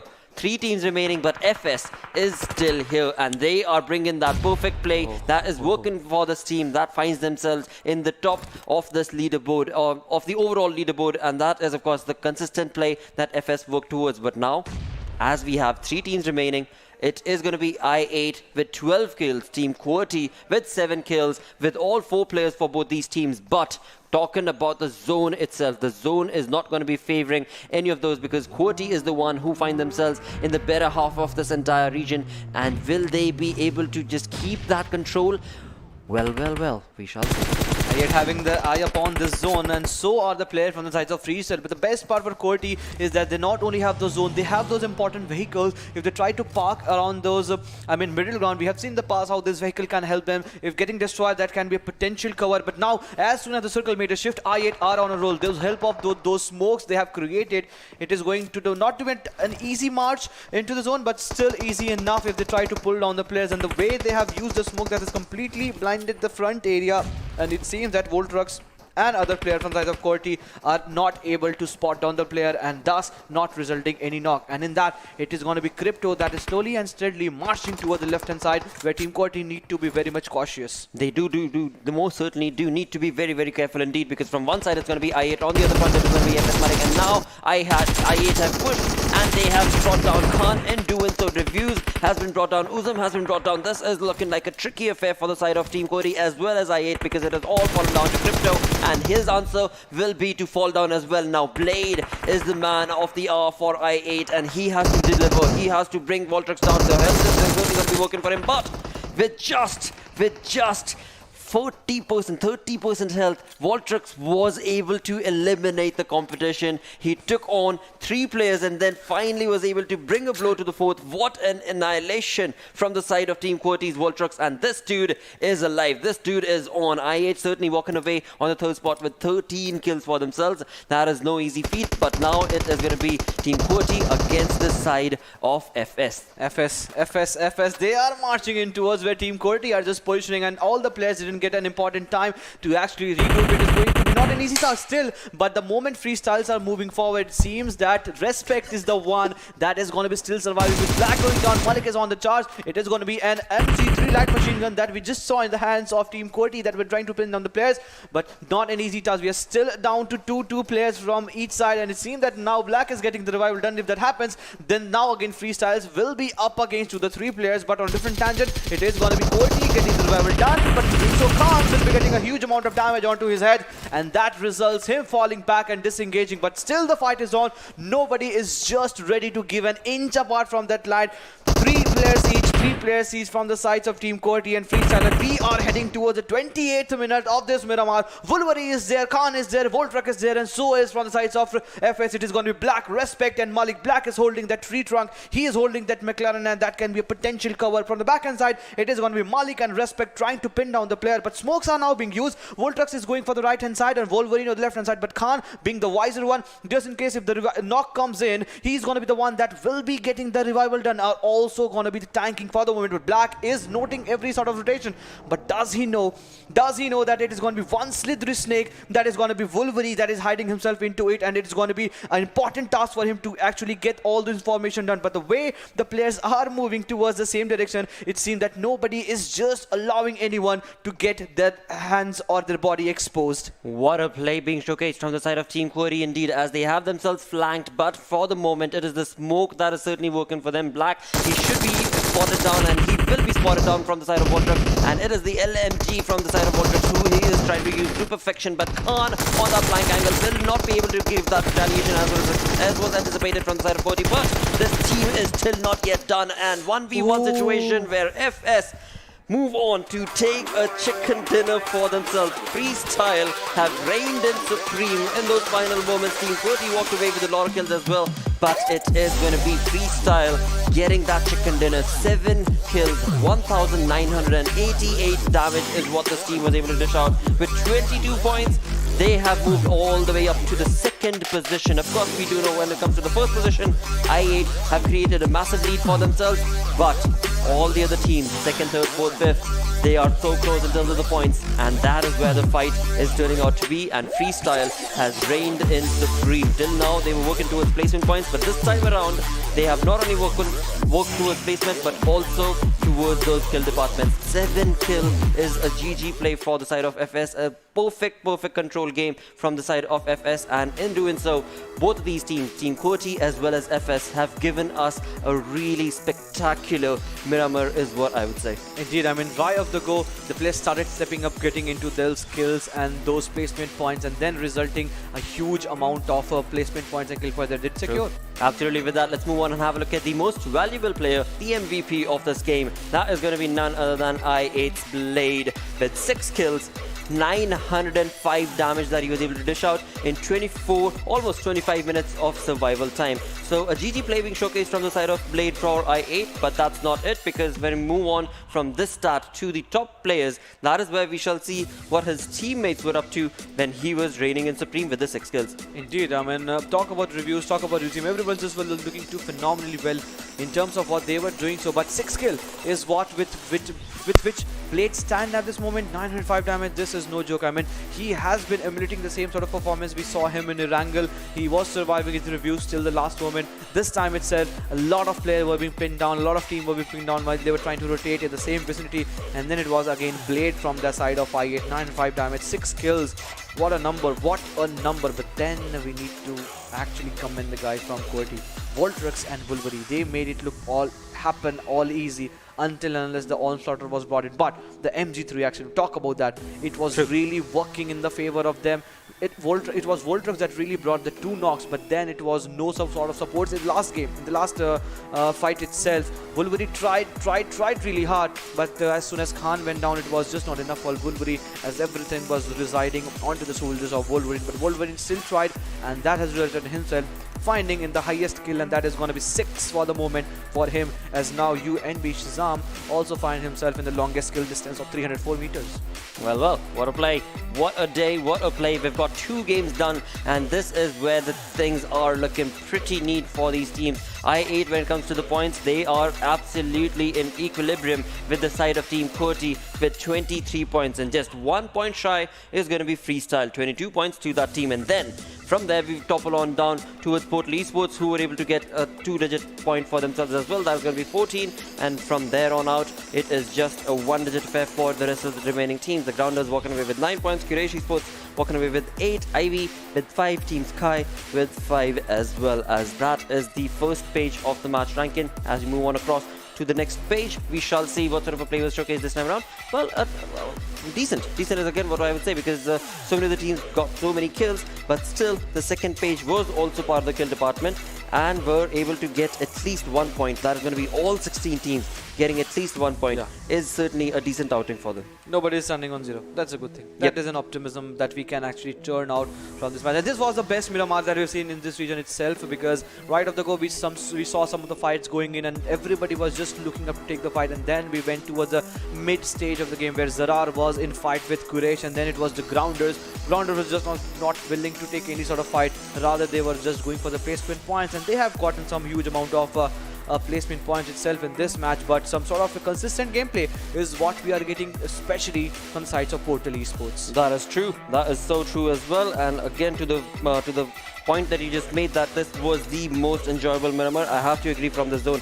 From the first fight all the way till the 28th minute marker, there were fights. There were so many fights taking place all across the board that resulted in the game resulting all the way up to the 28-29 minute marker. With that, let's move on and of course summarize all those fights through the Oppo F19 Pro moments. And then we got to see, as we just mentioned, 4-minute markups. How often do we get to see the fights happening? And in that 1v1 fight, where a team as big as QWERTY Esports Bablu, which find themselves in the second position, indulging themselves in a fight against a team that really hasn't shined, against IB. And in that IB1, I mean, you got every sort of thing a team that was on the last trying to take down the players. It was a toppling moment for them, and then we got to see QWERTY Esports that is still on a run, finding themselves in the 18-minute where they really tried to eliminate the player, and then we got to see those sweet grenades landing straight into the lap of UNB. Some good spotting technique from the sides of Blade, because it was not an easy task for him to spot the players in the smokes, and it was really a daunting task for 52x Rage also to move out of this precarious situation. Absolutely, and from there we move on into the top 3, and this is where IA tried to dominate.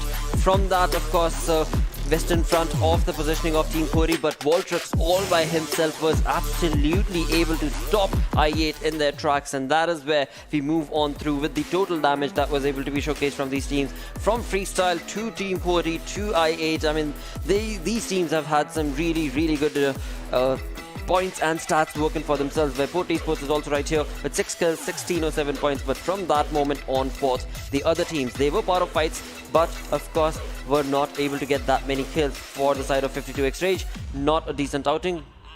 Definitely not a decent outing for the side of UNB No Fear, because 442 is the damage histogram that's working for them, but only 1 kill confirmed. Same for Modified, 421, but only 1 point in terms of that kill. So a lot to be anticipated, but with all of that taken care of, the kill-hungry team of I8 have reached 99 kills.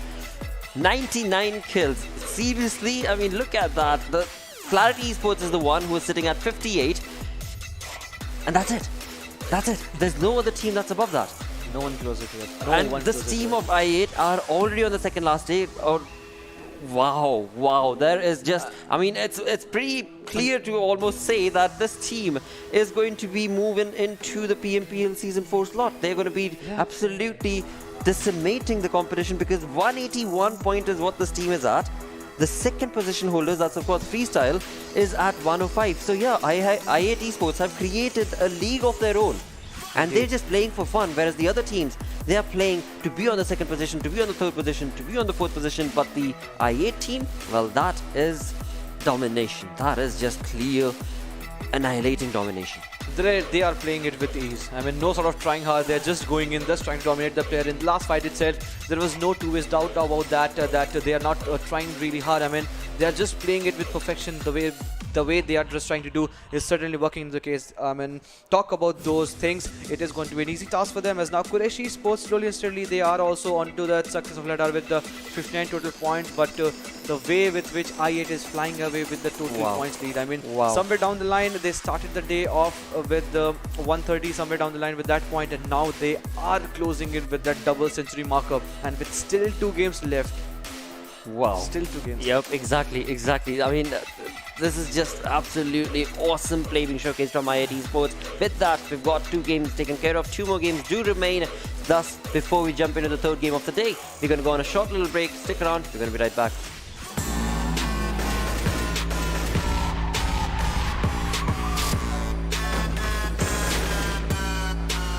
Here we go now.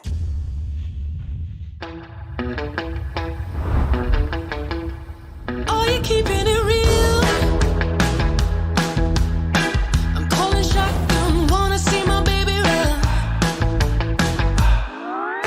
Oh, what's the word on the sea? We're kicking up the dust, if you know what I mean. We got a good thing going.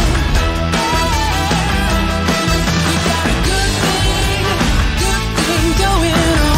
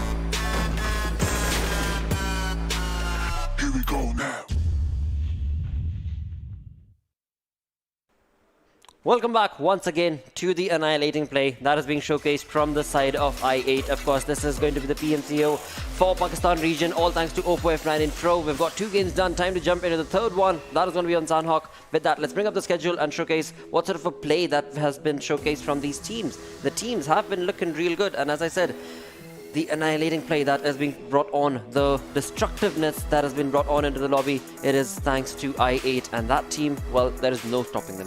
They're not interested in getting any sort of placement point. It's just the kill that has been completely decimating, and I guess I would really love to see that do they have enough of kill that will be tallying to other teams' total performance. If that happens to be a case, I'm really interested to see. But the first 2 game itself done with the Portal Esports getting the chicken and FS also getting this chicken in the second match. But itself, we are not done, as now the next game is going to be of Sanhok, and right off the go, we are jumping into the tropical rainforest as the flight path takes its way from the area of Cow down to the area of Camp Charlie, where the flight path is going in. Well.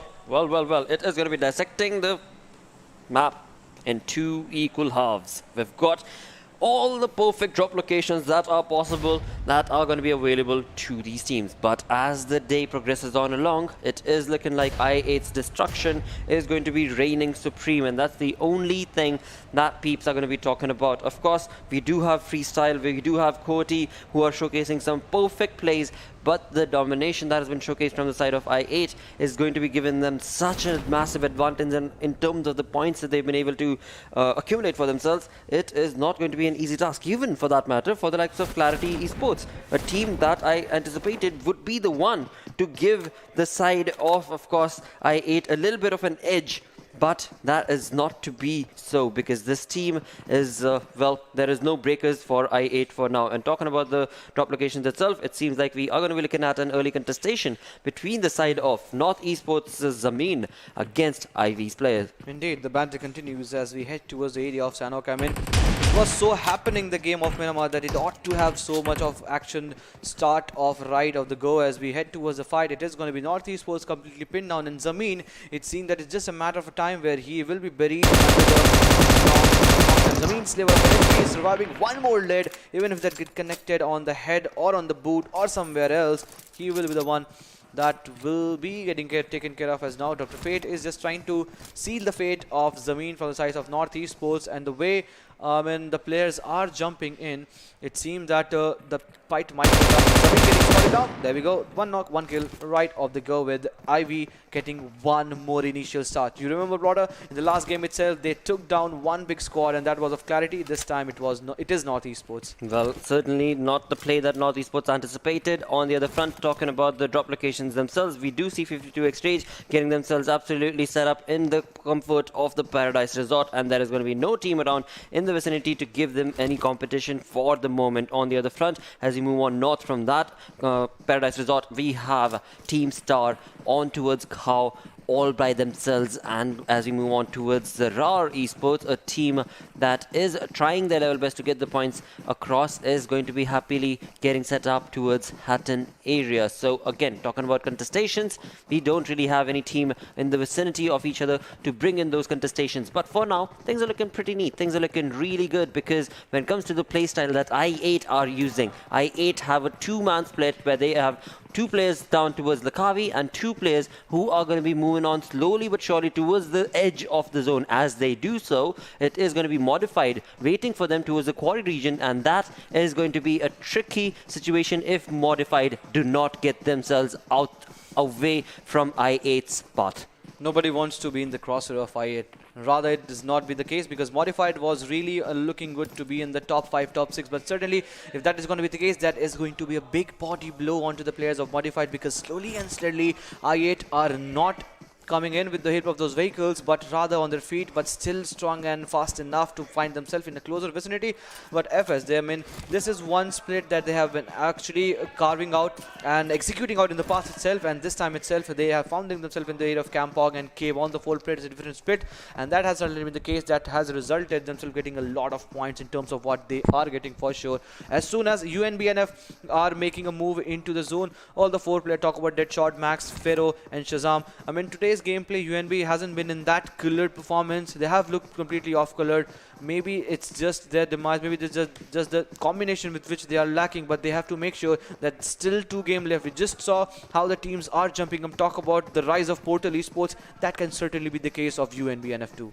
That certainly could be. We shall see if they will be allowed to, because again, I mean, you bring the conversation, it seems like I am a broken record repeating myself, but that is what the stat is being showcased, because if the teams like I8 are going to be taking that many kills for themselves, then the others in the lobby will not really be left with enough fish for them to basically bring down. And on the other front, as we move on towards another team that is performing from the underperformance that we've seen to making a big difference, it is going to be the side of Team QWERTY, who are now reigning in supreme. But as they do so, they have been able to pincer down the players of Team Sky, and in a spray, in just a single spray, Khan will be able to bring down 2 players, and not only that, will also be able to confirm the kills for himself and his team. What a dominating start to the game it is. But sadly, for the side of Team Sky, they are left with just 2 players remaining. Halsey on the one side, and the team player Ash on the other, who was trying to make that rotation but will not be allowed to do so, because Team QWERTY have a better control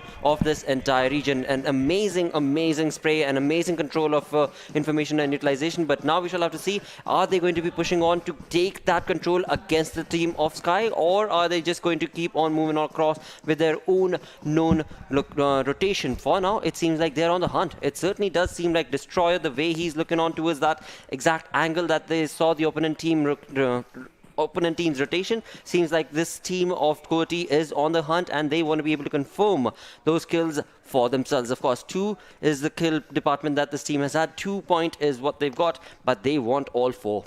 Indeed, they want all 4, and that should be the approach, because they really want all these points, and that will be getting close towards what they are hoping to. And the approach is really pretty good, because teams NFP Sky don't have any other option rather than to disengage and retreat away from the fight that they were trying to take. Rather, they were surprised they were not trying to take, but then again we get to see MG3 light machine gun itself in this game of Sanhok, and in last game itself it was Voltrux that was really making it tough for the players to survive, and they were just all bleeding out with all their blood just splashed around the desert. And this time, is it going to be certain players that will be getting hands onto that exclusive airdrops? For now, nobody was seen in the vicinity. That means it will be left untouched. But talking about that, it is going to be Clarity, Bablu, Pika this time bringing knock onto UNB. The misery is just not ending for UNB, as one player has been knocked. The revival is going to be the key, or is it going to be the finish upon which Clarity must be working? But in the area of Tambang, we can get to see Portal Esports, all the 4 players alive,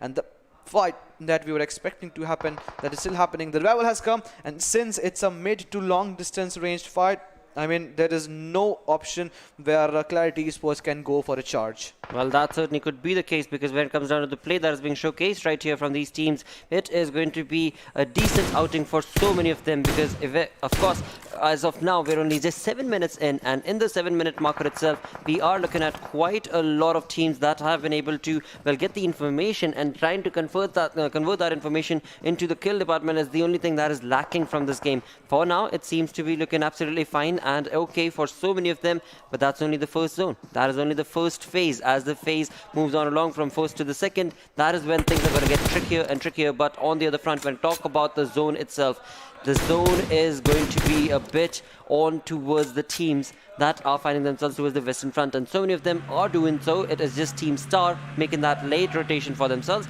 and of course they will be able to get into the comfort of the zone as well. As we move on towards another team, that's going to be the side of FS, that is going to be Freestyle, who did get a perfect play in the previous game, but this time around it is going to be Modified who will be bringing down and penciling down FS, and it is none other than Black, who has been blocked and knocked, and confirmed kill will be given to Amish right here. Modified certainly playing their cards right, but FS rotation has been caught. On the other front of the map altogether, Quraysh Mani is the man who is taking the fight towards the players of Clarify.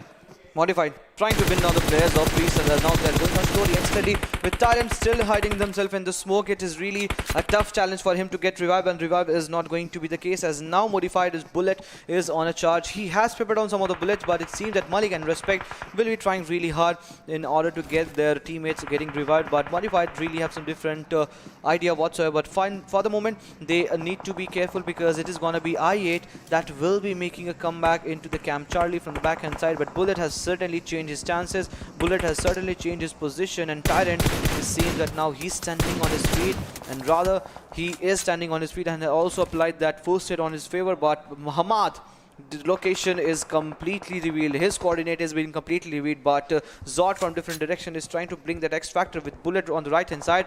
The fight is still on, it's a long distance fight, but the morale and the courage is just not going down for Modified. Absolutely, they are just trying to hunker down the players of FS and have been able to do so. FS is just not allowed to get away from that position whatsoever at all, and Modified are trying to get the kills confirmed for themselves, where Respect tried to make a push, and now it is going to be his teammate, Modified's teammate, who will be able to confirm that push from the side of Respect to get into the comfort of the teammates. Not allowed, mate. They're just not going to be allowed. They're going to be brought down, and Modified slowly but surely are just confirming those knocks and getting those kills. But the only thing that is remaining is for Modified themselves to get third party, because they have made so much noise that could result in, again, them getting third party. But on the other front, once again in the kill feed, we have Quraysh Esports taking on the players of QWERTY Esports. An interesting play being showcased right there from the side of course, Quraysh Esports. But on the one tangent that we are talking about, Modified,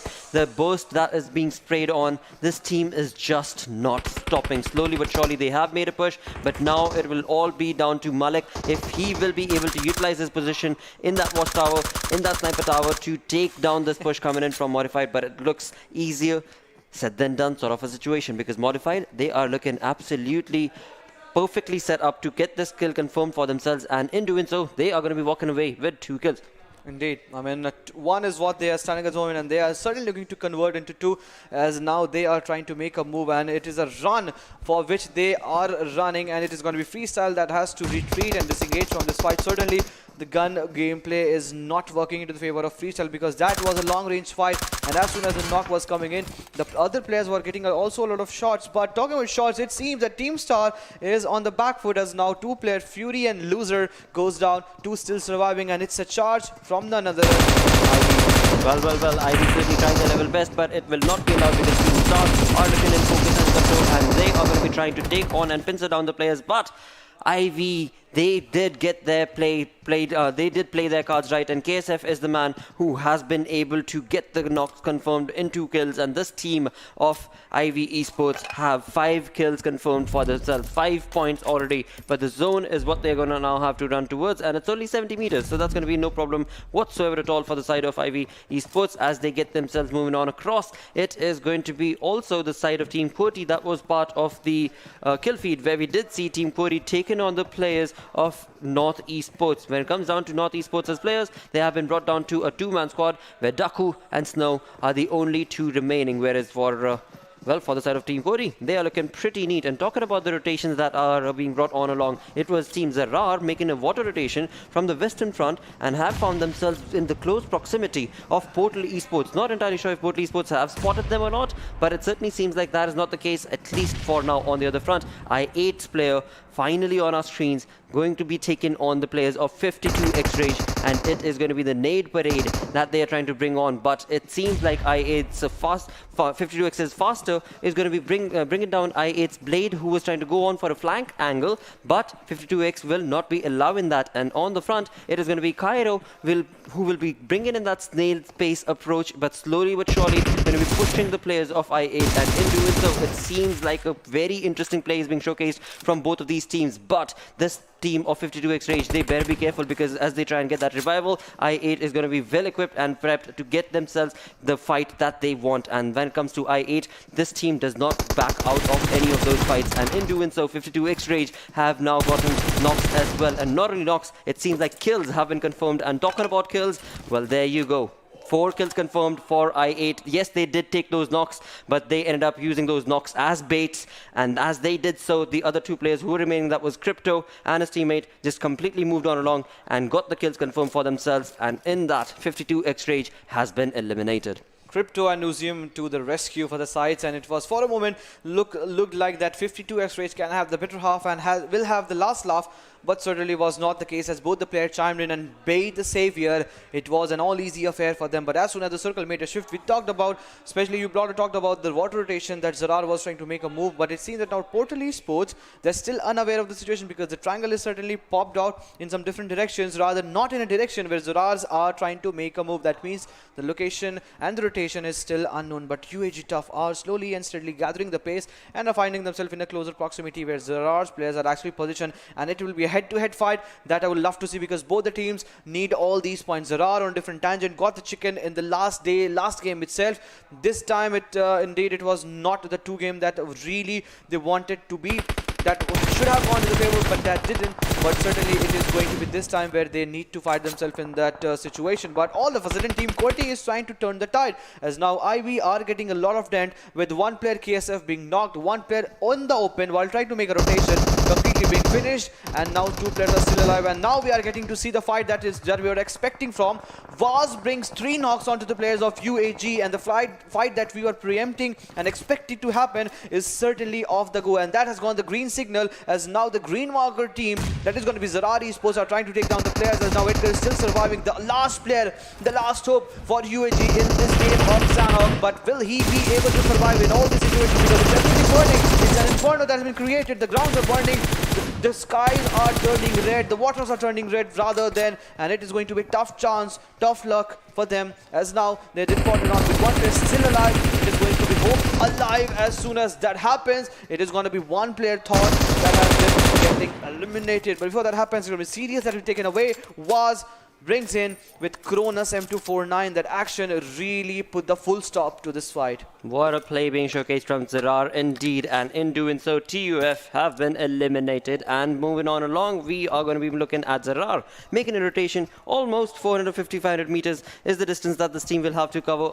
In that, 13 teams are remaining. We are in 16 minutes on this map of Sanhok, and now things are going to get trickier and trickier because it is 440 or 450 meters. Yes, as they make that rotation, the other teams are also going to be doing the exact same thing, and as that starts taking place, we will be a part of a lot of third-party situations, and that is where we can clearly see that ZARAR, as they try and get themselves moving across from that position, it is the grounders who are going to be trying to get the better half of that position that ZARAR find themselves in. On the other front, talking about the grounders themselves, they also have to make 180 plus the meters of rotation to get into the zone itself. And in kill feed, we have Portal Esports taking on the fight. Modified, so very close to the vicinity of UNB. And when it comes to UNB, well, this team has no fear as they jump into the fight without a lot of problem, and this is where just a 1 perfectly cooked nade is going to be absolutely pincering down Mr. Bullet from the side of Modified, and Modified's teammates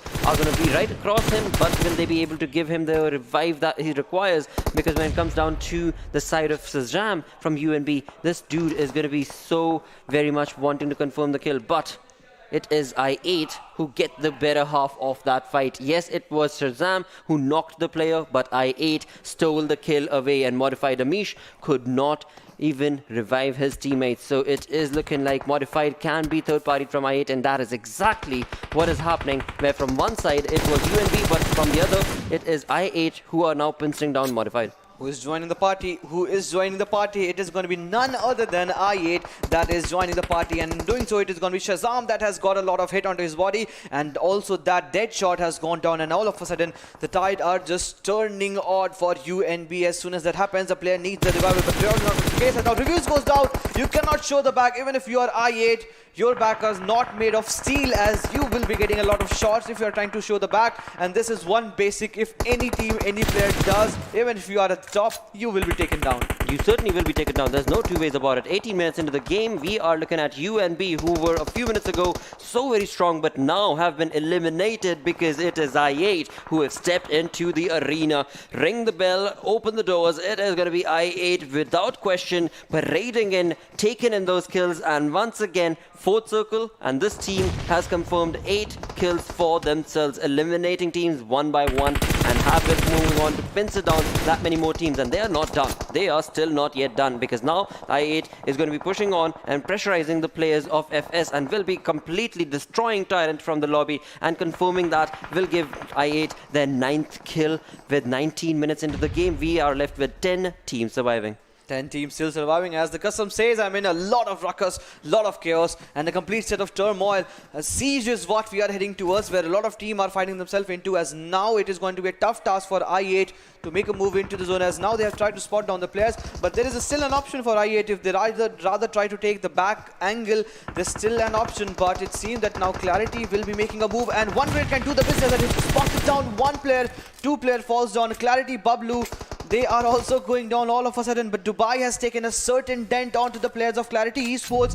But this boy from the sides of Clarity, 420 boy, eventually his name is also boy, has taken a lot of dent onto the players, and that has resulted in a domination mode where Quraysh Esports has money has gone down, and it is just the one player surviving. I mean, all of a sudden, for the last 2 matches, things are not looking good as it has been in the past for Clarity Esports itself. Absolutely not looking good for Clarity whatsoever at all, because I8 is in the arena. As soon as I8 step in, you know that they will be walking away with those kills. Clarity Esports get 6 kills for themselves, but that will be the end of their story on this map of Sanhok. With that, we still do have Team QWERTY making that rotation from the north, as we can clearly see. On the other front, when it comes down to I8, they are going to be stepping into the zone itself from the side. When it comes down to their play, they are just pincering down whatever team they can find, and ZARAR, as they get themselves so in the close proximity of Quraysh Esports, have gotten both of them trading 1 knock each. But now the revival will be confirmed, and as soon as the revival is confirmed,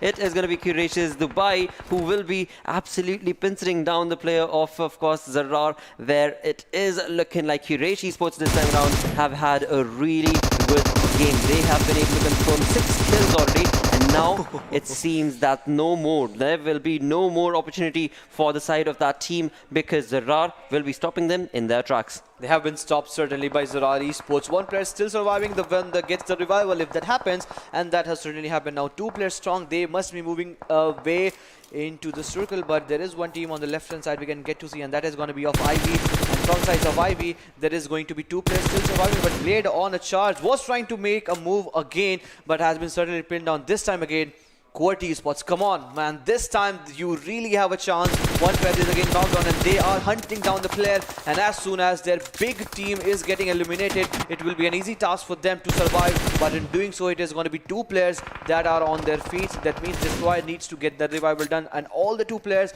that are being knocked, they are sadly in the open. They are in the open. NES right here now. These both has to try and get into the zone itself, is being pincered down from the players of ZARAR, and it is Vaz who is so on point. Right next to the player is going to be, of course, Ivy's player as well. When it comes down to the play style that has been showcased right here, Ivy have the final player remaining. North Esports have their final player remaining, but he is going to be caught in the open area, and as soon as he tries to get into the zone, he will most certainly be eliminated, because, of course, Ivy's final player was waiting right there. And now it is going to be ZARAR's Coronas making a wonderful turn of events for himself, because he is going to be converting kills, and kills is what this team of ZARAR have been able to absolutely dominate. And with 10 kills to this team on the front of Team QWERTY, that team has been caught. Team QWERTY tried to take on the players, but Team QWERTY has been caught, where they've got one final player remaining. That's going to be Voltrux, who is going to have to now give the revival to his teammates. But will he be able to allow? Yes, he will be allowed to do so. I8 getting eliminated, thus remaining are 3 teams. We've got ZARAR, we of course have Team QWERTY, as well as the final player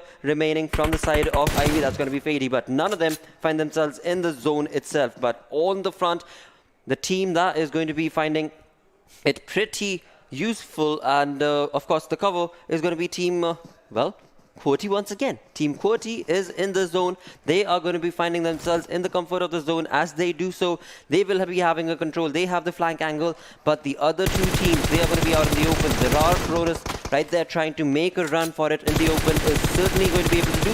Yes, he will. With just a sliver of an HP left, he will. Khan tried his level best in terms of the perfect spray that he was able to bring in, but Coronas was able to get in towards the back end of that compound, and thus he's going to be at the edge of the zone. But his teammate Vaz, he is caught outside. Faddy from the side of Flex or Ivy, well, he is going to be just trying to get those first A's working for himself.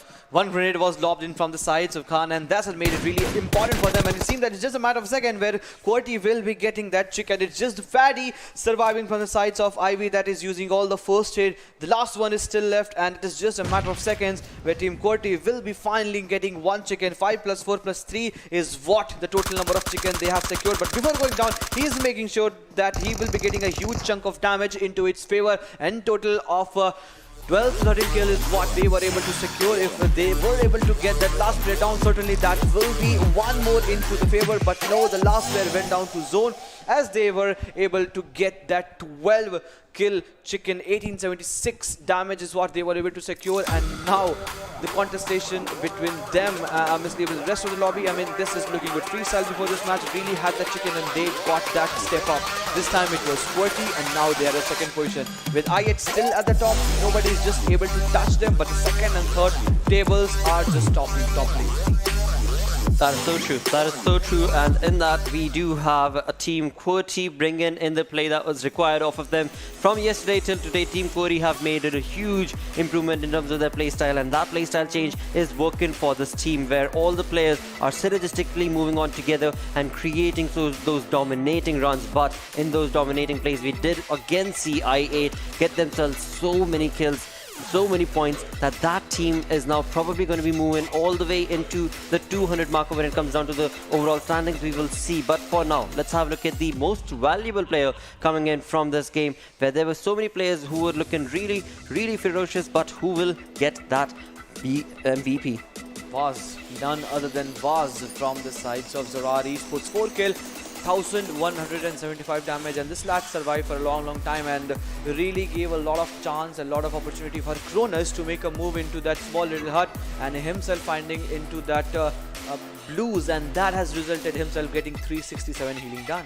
Well, what a play indeed for ZARAR as well, because ZARAR were looking pretty neat when it came down to their play, and certainly it is going to be Vaz who will find himself on the MVP slot. But as you move away from the first to the, so to say, second MVP in the top players list, we have Voltrix from the side of Team QWERTY with 5 kills, 665 damage, and then is I8. Reviews, Crypto chiming in along, bringing in some perfect starts for themselves in the 20 plus minutes of survival time that they had. And then finally on the 5th spot is going to be 420 boy from QWERTY Esports. Indeed, I mean, QWERTY also really had a good one. Talk about 420 boy's performance. He was the one that was single-handedly trying to take the fight against, all the teams that were present on the right-hand side of the dem. But Quraysh Esports were the one that really blew a big dent onto the face of them and also the players, and thus resulting the one player surviving, and he really played the part. He really justified why he was there. But moving on along, we have the match summary for us, where Voltrix gets the highest kills in his favor with modified Amish in the longest kill distance, was again with the highest damage, Amish again in that most limited use, and then we have QWERTY's Destroyer with the maximum assist. He went down before the last fight actually happened, but before going down, he made sure that he will be giving a lot of assistance for his team, and that was a 4. Absolutely, that certainly was, and that worked out in the team's favor as well. As we move away from this and as we move on along towards, of course, the next start, that is going to be, well, there is no start. That is going to be the perfect turn of events where match ranking is going to be showcased. And in that, we have Team QWERTY finally taking a chicken dinner for themselves. Amazing play being showcased from that. But right next to them is going to be I8 with 12 kills. With 12 kills, 8 placement points is what this team got.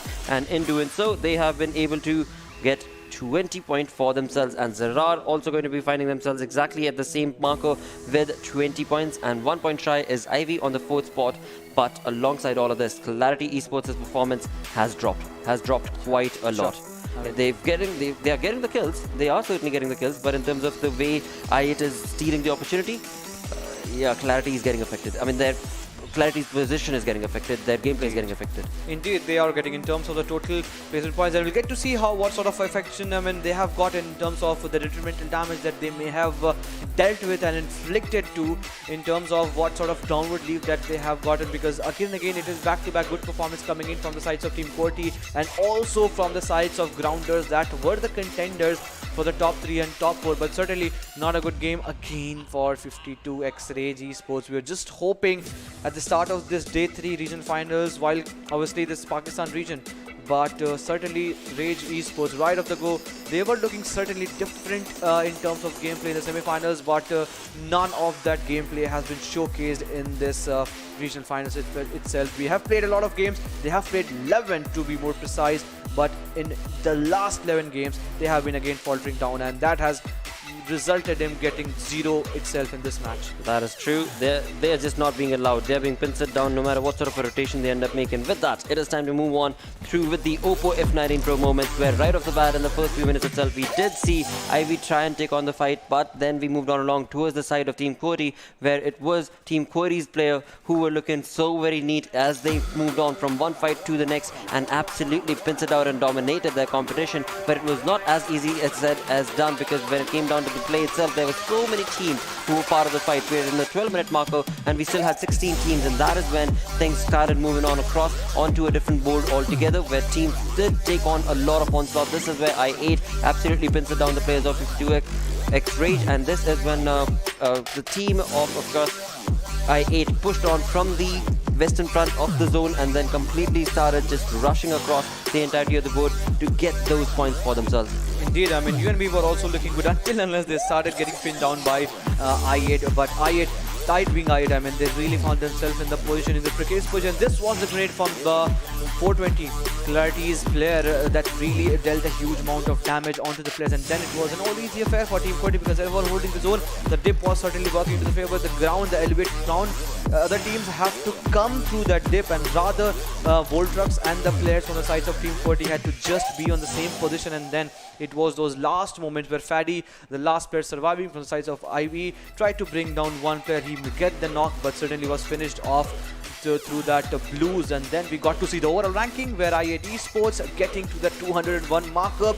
I mean, what a game it has been for them. What a run rather it has been. I mean, this is the silver jubilee for themselves, because I mean, what sort of performance? Talk about 1-1-1. They are finding themselves at the Nelson. The team that is standing on the second position, QWERTY, their points is 114, and the number of kill that I8 Esports have secured in terms of kill, that is 111. So just the 3 points shying away from what Team QWERTY has secured as a whole, and that has been secured just by I8 Esports in terms of kills. Exactly. This team is just so very ferocious. Like we were talking about earlier, this team is going to be moving on across. There's no two ways about it. When it comes down to the other teams, I'm not saying that they're not capable, but all I'm saying is that the stats that the team of I8 have been able to complete for themselves in the 11 games that they have played, they are looking too ferocious to be able to stop. And in the games that are remaining, in total we've got 5 game remainings for the entirety of the lobby, combined with of course the one game that is remaining from today and the 4 final games that will be played tomorrow.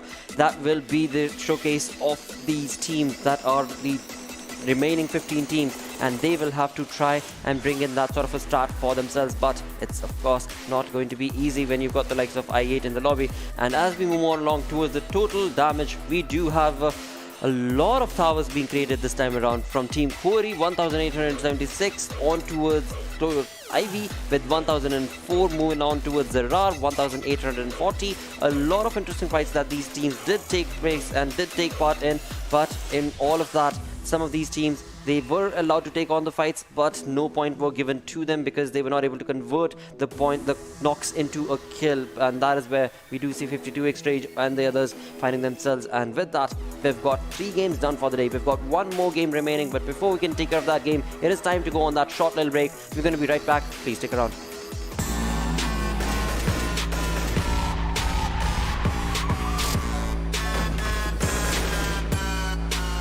Here we go now.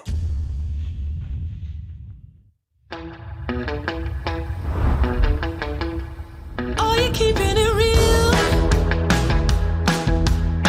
I'm calling shotgun, wanna see my baby run.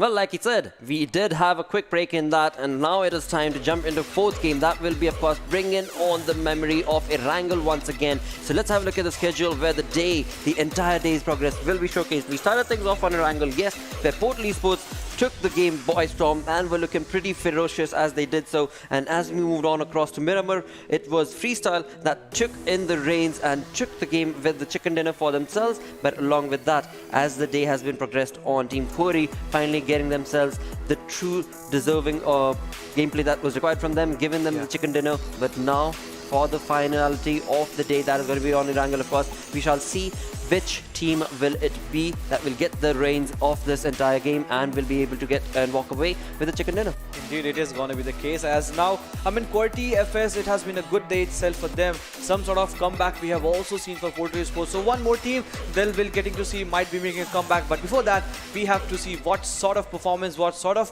flight path is on its way. As we are getting to see, the flight path is on its way as the Big Bird has made a leap into there from the backhand side of Georgiapol downtown towards the area of Lipovka, completely northern dominated flight path. That means the team, those who love towards to go to the southern side of military base and Novorupnaya, is certainly going to be a daunting task for them. No two is doubt about that, because even if it trying to take the vehicle, it's still a very, very, very long fetch distance, and I guess nobody would love to go to other side. But then we get to see the northern city, the northern extremes. We talk about Zerki, shooting range, Severny, Stolberg, Kamishkin might come into contestation that more often don't we get to see. But just imagine, for this one last game of day 3 regional finals, Pakistan region club open, the circle might be, if just tend to shift towards the southern military base, that will be a complete turmoil, that will complete shattering of hopes for most of the teams that were really looking to make a good game.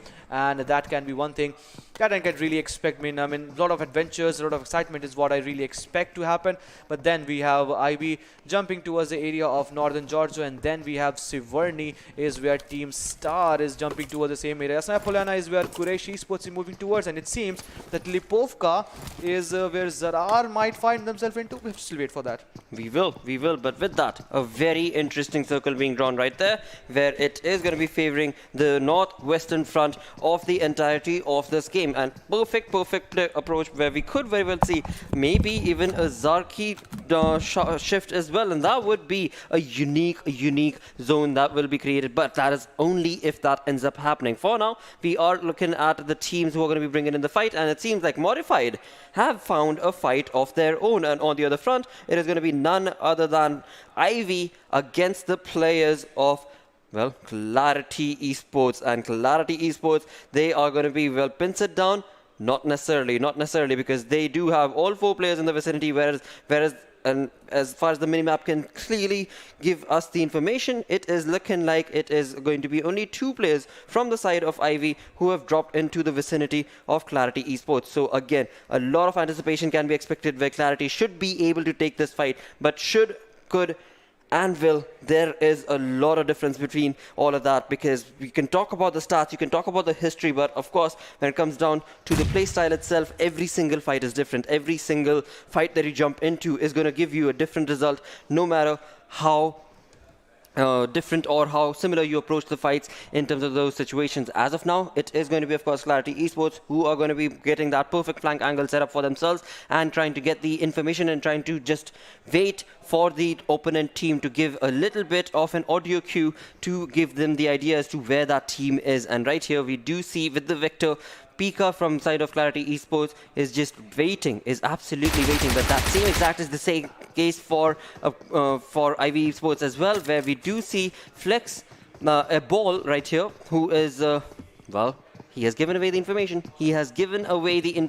He did try and take on a little bit of that fight, and as they did so, it is going to be the side of QWERTY Bablu who are now going to be on the run, who are now going to be trying to push on to take on the players of Ivy. When it comes down to the players, this is going to be KSF and Abul, that we do find themselves in the close proximity of this team, and this early fight has resulted in a bit of a slow start for the game, because when it comes to the playstyle itself, this is going to be in the urban area. So taking a fight in the urban area is not an easy feat because you have to be able to narrow down the compound that the team is in. And as of now, the team of Bablu do not know exactly. They know they have a basic idea of where the team of Ivy is, but they do not have the exact information, and that is something that can be tricky. But before any of that shifts, Clarity is for sure going to be making that rotation and trying to get themselves in towards a better area to get this fight covered for themselves. But will they be allowed? This is where we are going to have to be careful, because Iqbal has found himself in a really good spot. Once again, a pretty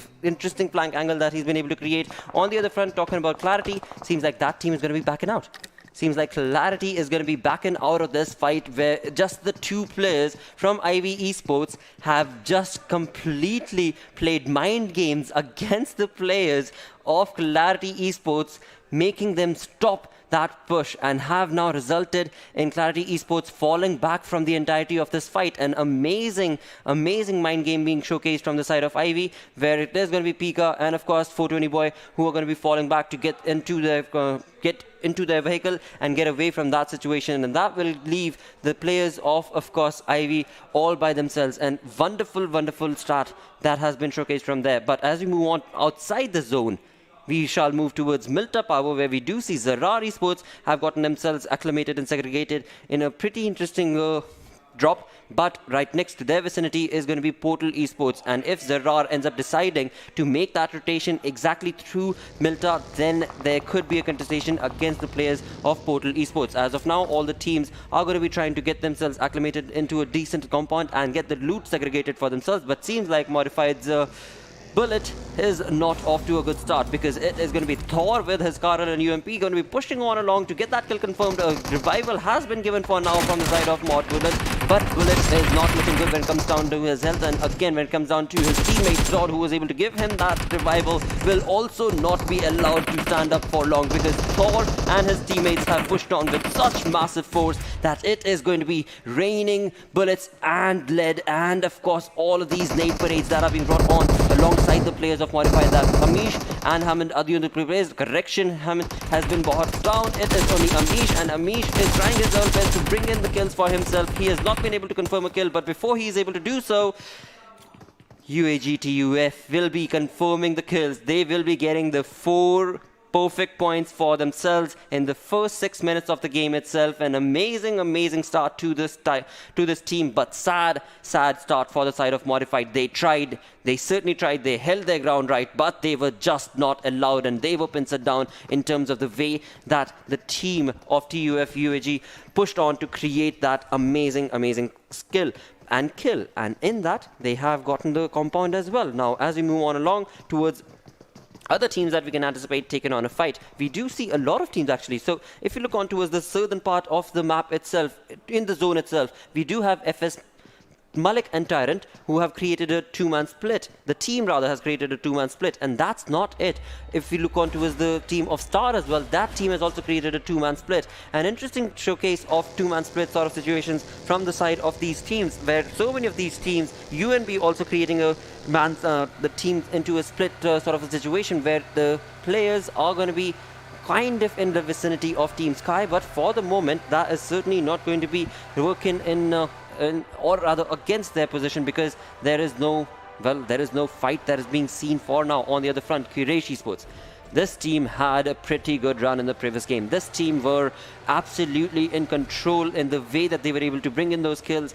Really phenomenal play is being showcased from the side of Quraysh Esports. Same can be said for the side of Team QWERTY as well, wherein Destroyer, Voltrix, Khan, Wolverine, all of these lads had just the perfect approach in the previous game that resulted in them then getting the chicken dinner. But it seems like Freestyle has a different thing in mind, where they are now trying to take on the players of I8, and it is TUF chiming in along as well, as I8's rotation has been caught and I8's Uzum has been brought down to his knees. This is looking very interesting, where I8 not only have lost one of the players, they are a 3-man squad whose rotation has been caught and the information has been given away to their opponents. Does it seem like the final game of the day, I8 will not be able to make it? I8 will not be allowed to participate in the kill department. The hungry kill department that we see I8 to be a part of seems like will not Well, I mean, it's too early to actually even predict because they've just lost that one player. They still do have 3 players in the game, and they are looking pretty neat when it comes down to that rotation that they've been able to make. All the other teams from that exact same area are going to be moving away from them. And talk about the zone. The zone moves on up and will be finding, of course, a lot of these teams to have them forced towards the northern side. As they do so, it is going to be the side of QWERTY Esports who's going to be making that late rotation. It is going to be the side of ZARAR making a late rotation as well. An amazing turn of events where the teams are going to be trying their level best to get this final game converted into their own moment. But it's easier said than done because once again, when it comes down to the playstyle that has been created from so many of these teams with the flank angles as well as the, well, team splits that have been showcased from the FS side as well as from the Star side, now those 2-man splits are going to be combining together, and when the efforts have been combined, the team is going to be that much more stronger. And it seems like there is going to be a fight that is taken on, and it is going to be none other than the Grounders who are looking to take on a fight against the players of, it seemed like TUF was the one who were in charge, but it is not going to give the Grounders any control for now. They have the compound, and that is all that they have. They've given away the information as they take on the shots, but that also will not be retaliated because, well, there is no other team to contest the area from the Grounders. Indeed, and slowly and steadily as we get towards the circle, it seems that now UAGxTUF are just trying to pin down the players.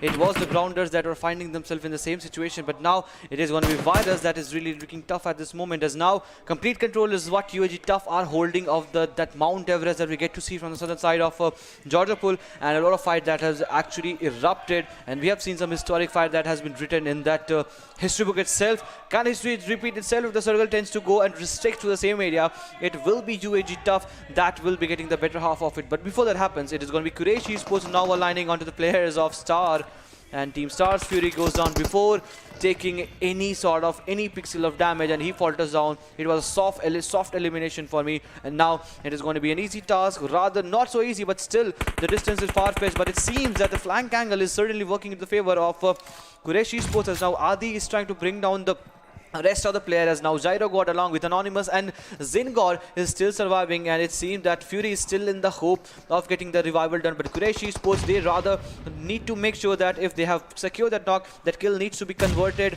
and that one important point is what that will be helping them. So most smokes are being used, and this is one good push that can result in the favor of Money while trying to converge through that smoke. It seems that he has got a lot of shots, but also Zyro G has also got a lot of shots, but now it's the time where Zingor has been finished completely, and this is leaving just the one player alive from the sides of Star. With Zyro going down, Anonymous, he will also succumb to pressure before making any move. He shows the back, and Dubai makes a big body blow onto him, thus resulting Team Star getting eliminated at 15th spot. And we are just not done with that. We just got eliminated. See, one team getting eliminated, and now the fight is erupting into the area of ruins, where UNB is up against one team that severely needs all these points in order to be contesting the top 3, top 2. Well, talk about FS. This is a team that was absolutely trying to pencil down the rotation a few minutes ago against the players of I8.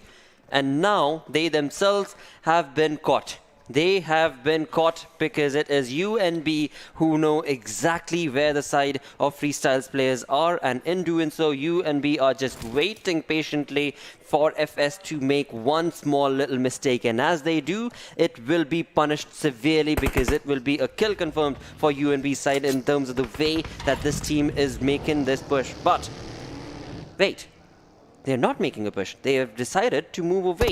They have decided to absolutely move away and will not be working towards even a flank angle for themselves. An interesting conversation, which I would love to know what exactly was the ideal decision for this. But of course, maybe it was not to waste any stalemate situations, because that is what both these teams found themselves in. But well, it's GG for FS. There's no two ways about it. They have been, so to say, given a second chance to move on across and get that perfect placement of the zone for themselves. Because again, I mean, you talk about the zone, both these teams were in the zone itself. I'm still questioning as to what exactly was the ideal play when they decided that they are going to be moving away from that place. UNB, All right, and now for the side of freestyle as well, because they are going to be getting into the water to get onto the main island itself. All right, so they're going to be losing those vehicles to get into a better position in the circle itself. Now, talking about fights, talking about kills, we do have fights taken on this game, and it is going to be Quraysh Esports taking on the players of Grounders, and the Grounders have been knocked. The Grounders player who was caught has really no opportunity to be able to give any sort of damage to the players of Quraysh, because Quraysh are looking very dominating, because they've got 5 kills already with all 4 players still surviving, and now they're going to be making a charge against, or not making a charge, but defending their compound against the charging team of UNBxSports, and it is going to be Quraysh who are looking pretty neat and are going to be absolutely in control, because another knock has been confirmed for themselves. But there will be a trade. There will be a trade where Bilal has been brought, but in doing so, before Bilal was brought down, it is going to be UNBxSports who have 2 of their players already knocked. So an amazing play that has been created from the side of Quraysh, and it is going to be Adi from the side of Quraysh and his teammate who are going to be pushing to convert those 2 knocks into 2 points. And this is the play style that we were missing from the side of Quraysh Esports, and this is what they are bringing to the table and showcasing to the entirety of the lobby that do not mess with us. We are going to be dominating you, and we are going to be absolutely on point to pincer you down, and that is what this team almost did to UNBxSports. Quraysh Esports, 1 knock from the sides, and it seems that Zameen is the one that has brought the knock onto the players of Quraysh Esports. But now it's Darkways going down, and all of a sudden UNBxSports in a different affair. UAG are third partying them, and now realizing the situation, Quraysh Esports are pretty much furious, anxious that it was our skills, not yours, and now they are just trying to retaliate onto them. And this has to be one good fight, one good game that UNBxSports really need to take. But in doing so, it is going to be Daku that has been completely fallen out himself away, with Adi going down, a good spray coming in from the Ghosta, but no. From a different direction, it is going to be Quraysh that is completely reigning supreming, and not only that, they were charging upon to them. 7 kills is what Quraysh Esports are standing, and slowly and steadily it seems that now UAG are approaching towards them, and without wasting any sort of time, Adi needs the revival, and as soon as the revival will be in the case, it seems that the player has to be standing in order to take down the fight, because UAGTUF are approaching towards them. Edgar is finding himself into that smoke cloud. Avenger is pretty much close to where Quraysh Esports were a moment ago while they were trying to take the fight against UNBxSports, and without any time, it seems that UAG have sensed that this is an opportunity to actually rack up a huge amount of kills. Well, what a play this is turning out to be, where indeed we've got 3 teams already knocked and eliminated. We've got 17 minutes, almost 16 and a half, 17 minutes into the game, and now it is going to be TUF, a team that have the highest kill for themselves for now in this game, where they are looking at 7 kills for them. But I think I spoke too soon, because Quraysh have also been able to confirm 7 kills for themselves. And now this is going to be TUF against the players of Quraysh, and it is going to be Mani who is going to be bringing down Edgar right off the bat, getting into the fight itself. And Quraysh Esports are so dominating and fierce in these fights. They are just absolutely pincering down their opponents, but without having one little sliver of an HP is what Avenger was left with, and in doing so, it is going to be a fallback approach that Quraysh is going to have to make. And right now, this team of TUF is going to eliminate the competition one by one. They have absolutely pincered down the players of Quraysh, and that is all that Quraysh will be allowed to do. With that, they've got 7 kills. So amazing play that was showcased from Quraysh, but TUF get the better half of the fight, and they will be moving on across. In the kill feed, we can see Clarity is also chiming along and taking on the players of the Grounders. Also, UNB is making a big dent onto the players of 52x Rage, as now Faster is going down Ivy along with UNB, making a big body blow onto the players of 52 Rage. But it seems that Akbul is also retaliating in fashion. 10 kill is what with which TUF is standing at this moment, and in doing so, it was an elimination as soon as Mani fell down from the sides of Quraysh Esports. No other player from their side just stood, as now Bilal also fell down. It was a sad demise for them, because they really took important amount of kills. That was 7 or 8 before going down, and those fights were really looking mesmeric. But moving on along, we have the shooting range circle, but the circle this time hasn't gone towards the main area of shooting range. Rather, it has gone towards the southern side, where we get to see the wrecked planes. And in this situation, it is going to be Ivy that might face the brunt of the situation. But 52 Rage need to make sure, because there are 2 teams, one on the the front and one on the back. It will be UNB that might press towards them, and it is going to be Ivy. Ivy in the last two games itself has been looking pretty much aggressive in terms of the gameplay strategies. They have not been passive, and it seems that they must be looking up to take the fight with the 4-man advantage. At any point, at any moment, they will be one team to good to go. But 52 Rage are also getting a lot of shots onto them, and before that happens, it was Clarity's a good sublime form continues as now Grounders leaves the lobby. Well, we are in the 4th zone. We are at the 18+ minute marker, and this is the moment, most of the times, most of the games, this is the moment that I8 starts chiming in. This is a moment where I8 start dominating. But this time around, it seems like they are not going to be allowed to do so, because it is Clarity who has pincered them down in that sniper tower. And again, when it comes down to the power that, of course, that team has, that is going to be I8. That has also been faltered because they have a 3-man squad compared to a 4-man army that they try and most of the times rush with. On the other front, talking about the zone is going to be favoring the side of Team Sky, where Team Sky do find themselves in the center of the zone with a 2-man split approach that they've been able to create, and of course onto the western front of the zone. Once again, Team QWERTY are going to be maintaining that edge. They are holding the edge, which has got to see beat with the game of Erangel, Miramar, Sanhok. They are the one that still play to the edge of circle. This is one good approach if you're not getting a lot of points, and if you're not sure entirely of your gun gameplay, you rather try to be away from all these fights, but then you have to take all these fights, and in doing so, it is going to be one gun affair. Shazam will fall down. The onslaught continues from the sides of Ivy as Dr. Fate seals the fate for 52 Rage, and also for the sides of UNB with just 2 players surviving for the sides of 52 Rage. It is going to be a tough task for them to make a move, and it seems that UNB, will he be able to just make a move into the circle? All will be, he will be taken care of from the zone, as now the 5th zone is making a move, and 52 Rage is also going in, and Dr. Fate goes down. The onslaught continues, and the fight also continues from the northeastern side onto Erangel. Now Clarity is making a move, as now they have made a big body blow and a big dent onto the players of I8 as Blade falls down. Exactly, I mean, Clarity had pincered down the exact position of the team of I8, and in that small little watchtower, that sniper tower that we did see the players of I8, there was no way that Clarity was going to allow them to leave. And that is the only way that was going to be done, and that was to eliminate the team itself. With that, I8 getting eliminated, but no problem at all. They've been able to create such a massive lead that it is going to take some time for the other teams in the lobby, but this does give Clarity Esports a chance to try and dominate in these fights. We've got 9 teams remaining. Team Sky have been able to get all 4 players into the zone itself, but now, of course, when you talk about the 2-man split that this team has been able to create, will that be a good approach, or will they be caught off guard? It seems like getting caught off guard is more likely, because there are so many teams in the vicinity, and being out of the open, Ash, is probably not the way you want to be, because you do have the cover, but you are still in the open, and in doing so, it is going to be, well, his position being revealed a little bit. But of course, we shall see what sort of a play can be expected. On the other front, it is going to be FS Malik pincering down the players of Clarity. There is a lot of ruckus being created right here onto the minimap. We can see from the side of Team Sky, Ash, he is trying to just keep ZARAR at bay, but on towards his left flank, we can see that UNB as well as well, UNB and Flex is what I was just about to say, but UNB and Ivy have a fight of their own that has resulted in just a 1-man army fight sort of being left and created, and this has resulted in UNB getting eliminated, and it is going to be the better part of course, Ivy that will be more able to move on along. But will they be allowed to do so, because they've got Team Sky to deal with every single play that you make? It is Team Sky that is making those perfect sprays, and of course the zone also is once again favoring them as the zone shifts. It is Team Sky who find themselves in the center, but on the other front, it is going to be, well, again, Team Sky.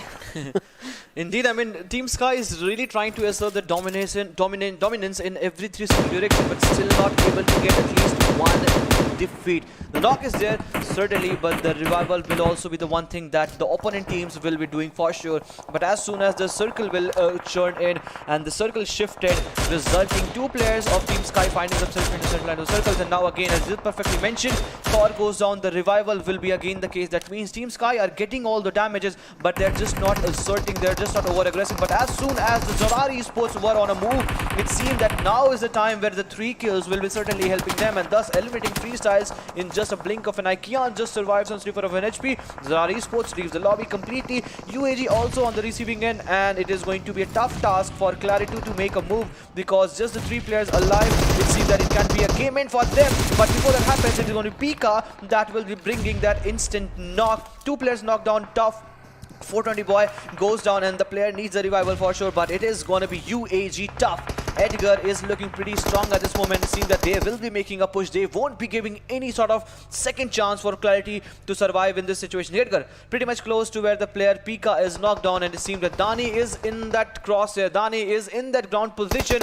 Better be get that location revealed, else he will strike down. It seems that he's still not able to spot him down, as Edgar, watch your back. It's just the left hand side where Dani is still surviving. Smokes are being used, and now it seems that Edgar is getting a lot of information, as now he is also being found himself in the open position. But in all this, it is going to be NFP Sky with all the 4 players alive that are coming in from the northern side. And now Clarity Esports, Bablu Dani, the way he's hiding himself into this bush, it seems that he's trying to become the plant, and the plant can literally eat up all these things. But before that, it seems that Kian has spotted down the player, but still the one player, the last player standing from Clarity Esports, his location is still pretty much unknown to any other team in this lobby. Exactly, and he's just going to be working towards that placement point for himself, and that's going to be absolutely favoring him. On the other front, it is going to be NFP Sky teammate that is going to be Helsi, who has been knocked on, and it is going to be NFP who is absolutely trying to bring in a perfect gameplay for themselves. But talk about the kills department. The kills department is going to be favoring none other than TUF, because they've been able to accumulate 16 kills for themselves. 16 kills for themselves. And talking about the zone as well, the zone certainly is going to be very much in comfort of the side of TUF as well. And this is going to be Sky as well as well, TUF. It seems like the stories are going to be changing, because TUF is the team that is just a 2-man army, yes, but they are bringing in a lot of kills. Thor with 8 kills all by himself is looking absolutely perfect to be able to take this onslaught to the face of Team Sky, because he just was the man who was able to bring down one player from the side of Team Sky, and of course in doing so it has given him a bit of a X factor. But we do have still Team QWERTY being a part of this. We still have Portal Esports part of this game. We can expect Portal Esports to take a chicken dinner. We can very well expect a second chicken dinner coming in for them, or maybe even for Team QWERTY. But TUF, the way they were playing, they have a lot of points for themselves, and right now it is Portal Esports who are trying to dominate, and Portal Esports will be the one who will bring Helsi and Khater down to their knees. And Team Sky has been eliminated. We've got 4 teams remaining. TUF 2 players right there, as the 2 players try to make a push. Virus has been brought down to his knees. Thor is the 1 man remaining. When it comes to Portal Esports as well, as they were trying to take on the fight, it is going to be Team QWERTY chiming in along to take on the onslaught. 3 teams remaining, and as we were talking about Portal Esports, or for that matter TUF, or for that matter Team Sky, none of them are going to be part of it. It is Team QWERTY who are looking absolutely perfect to be able to take this game. Dani is still surviving. Dani is the 1-man army still at this moment present. With Wolverine, Vortrix and Khan in this proximity, it is going to be a tough challenge for anyone to survive. But will they be able to spot down the player from the sides of Clarity Esports? Dani, yes, he has been spotted down this time. And Voltrux again with that MG3 light machine gun. It seems that every time Voltrux jumps into the game of feed with Erangel, Sanhok or Miramar, he just looks at that MG3 with that lot of love and affection that has brought in. And why not? He has been making it all happen for himself. Last game itself, it was a chicken for QWERTY, and this game itself, it is going to be 3v2 affairs, where 3 players from the sides of QWERTY are going towards this last zone, with Baby surviving, Mumtu surviving. Last year angle itself, it was Portal Esports getting the chicken. They are still just miles apart, and it seems that the 3 players won't be an easy task to deal, as now QWERTY are upon the charge with Wolverine not giving any sort of sound cues. It is only Khan again that is leading the charge. Wolverine is just waiting patiently. He is not in the zone exactly. 21 meter he needs to travel, and as soon as he gets that 21 meter covered, he will be pretty much close to where Mumtu is still present, with Baby still standing. Mumtu has his crosshair set upon him. See that before Mumtu strikes, it will be Wolverine that will strike with a lot of blow, and this will eventually bump them with a lot of confidence. And there we go. It seems that it is going to be a chicken as soon as Baby will spot it down. Before that, Mumtu will be finished, and the final nail in the coffin was certainly from the sides of Voltrux with that MG3 coming in. Light machine guns, a light-hearted chicken dinner. What a game for QWERTY. Back-to-back chicken is what They finished the things off in style. 10 kills, 92 damage, 25 total points, and they are on the second half again. What a play. I mean, this is a fight to be on the second. The fight to be on the second is certainly on the roll. And when it comes to that second position in the overall ranking, it is Team QWERTY that find themselves over there. With that, let's move on to the MVP, the most valuable player coming in from this game. That is going to be none other than Thor. 8 kills, 2 assists. Amazing plays being showcased. Amazing stats being showcased with 1,161 damage. But that's just one MVP. We, of course, do have still four more players to talk about. That's going to be from the list of top players, and in those top 5 players we of course have QWERTY chiming in with that perfect play from Voltrox, along with of course Khan right there on that 5th spot, but in between the spots are being shared with NFP as well. And moving on along, we have the match summary where we get to a lot of teams and players from the sides of UAG. We have Thor in the highest kill, we have Thor again in the form of highest damage 1161 with Voltrox again with a maximum assist of 3. So it was all in all a good game for a team, and obviously for the sides of UAG itself with Clarity Bablu finding himself in the longest distance kill 282 meter. It was again a very good game. And moving on along, we have the match ranking for this game itself with 10 kills, 15 total points. QWERTY right there reigning supreme, but not long, not far away was where UAGxTUF 16 kill is what the team was able to secure, and they were just completely bamboozling the lobby. They most certainly were. There's no two ways about it. The way that team played, it was absolutely perfection because the kill department was working in their favor. On the other front, it was I8 who were not allowed to just showcase their reign this time around, and that is of course, well, let's actually have a look at it. Let's bring up the Oppo F19 Pro moments, and I'm hoping that that one first knock and that blood that was showcased from the side of I8 as they made that rotation will be brought on. But with that, let's have a look at this fight right here where we do have Modified trying to take on the players of TUF, but little did they know that TUF will be reigning in supreme, and of course not only that, by the end of the game this team will be walking away with so many kills. And then we got to see the Quraysh Esports charging one of the players of Anonymous Dubai. I mean, this lad has been the man in form. Talk about Dubai, talk about Mani. Mani eventually at this point did 1v2, and then when Mani fell down, it was an impossible task. It seemed like an impossible task for Quraysh Esports as Adi fell down, Bilal fell down, and it was their demise. It certainly was, and as the journey progressed on along, upwards of 20-minute marker is where we had 10 minutes remaining, or rather, sorry, 10 teams remaining, and in that, TUF had already accumulated so many kills for themselves. Team Sky had such a decent positioning for themselves, but of course that was not to be the case because TUF as well as Team Sky were eliminated, and the final fight resulted in these 3 teams. Indeed, I mean, these 3 teams were reigning supreme, and then Team QWERTY, Kwan with that impressive knock. Bomtur before he spots down Wolverine was taken care of, and then Baby was taken care of with the final nail in the coffin, and that resulted themselves getting a lot of kill, a lot of damage. And talking about damage, we have TUF 2296, and today itself we have seen a lot of these big skyscrapers. Talk about Team QWERTY getting 1892 with just 10 kills. Talk about TUF getting 2296 damage with just 16 kills. It was somewhere down the line. Bablu also, I mean, they really had a good game. Talk about Portal Esports. I mean, Portal Esports, whenever they played the game of Erangel, they were looking too good. Yep, they were. That is true that they were. They certainly were. I was just looking at I8. I mean, throughout the entirety of the day, when it comes to the total damage, we've seen at least a little bit of damage being brought on, but I8 this time around, 0 kills of course, but 0 damage as well. An interesting stat wherein when they participate, they absolutely obliterate, and when they do not participate, they won't get nothing. No damage, no kill, no point, absolutely nothing. But still will be reigning supreme with, of course, the 202 points that they find themselves at, and following them is going to be Team QWERTY with 139 points. Started the day off, I mean, I8 Esports still on the top with QWERTY following them next 139. A challenge that is still on with the 2-3 with that contestation on. But I would love to see the second half of the chart, what sort of performance, what sort of teams are there, as we got to see Modified there at that 9th position with 79 total points. A lot of kills has also been racked up with the IV getting 36 and Quraysh getting 38.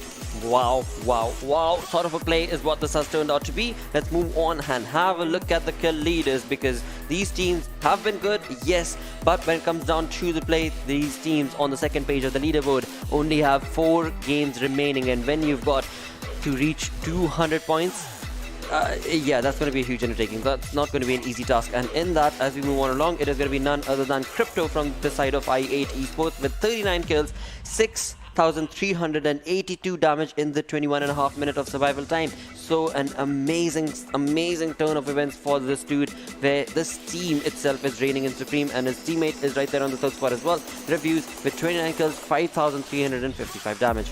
Top 5 3 players from the sides of IA. Talk about Crypto, Reviews and Blade. I mean, completely domination is what we have seen, and that has resulted in just 12 matches they have got 202 points. Absolutely, and again, like I said, there are 4 more games remaining on tomorrow being the final day of the region finals. But for today, we do reach the end of our show. A huge thanks to Oppo F19 Pro for making it all happen, as well as you guys for tuning in and supporting these teams.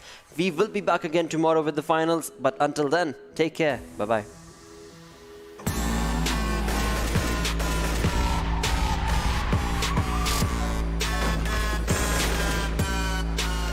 Here we go now.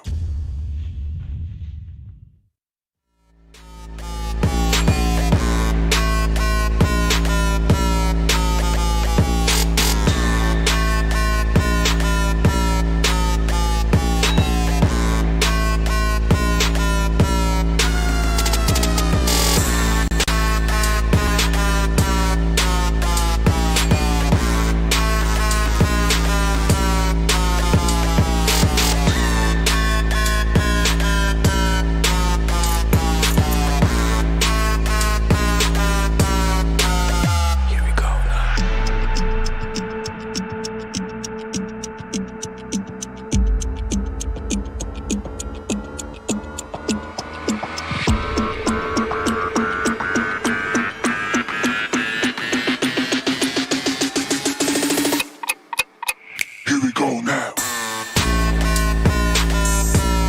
Here we go now.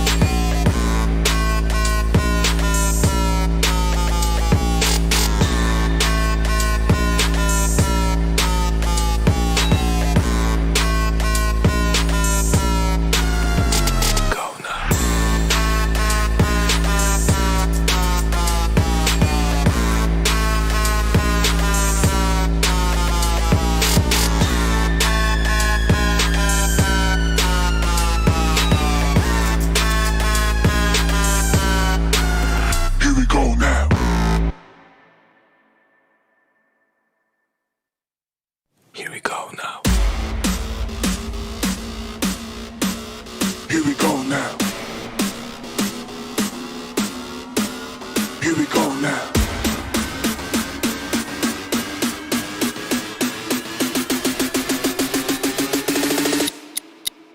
Here we go now.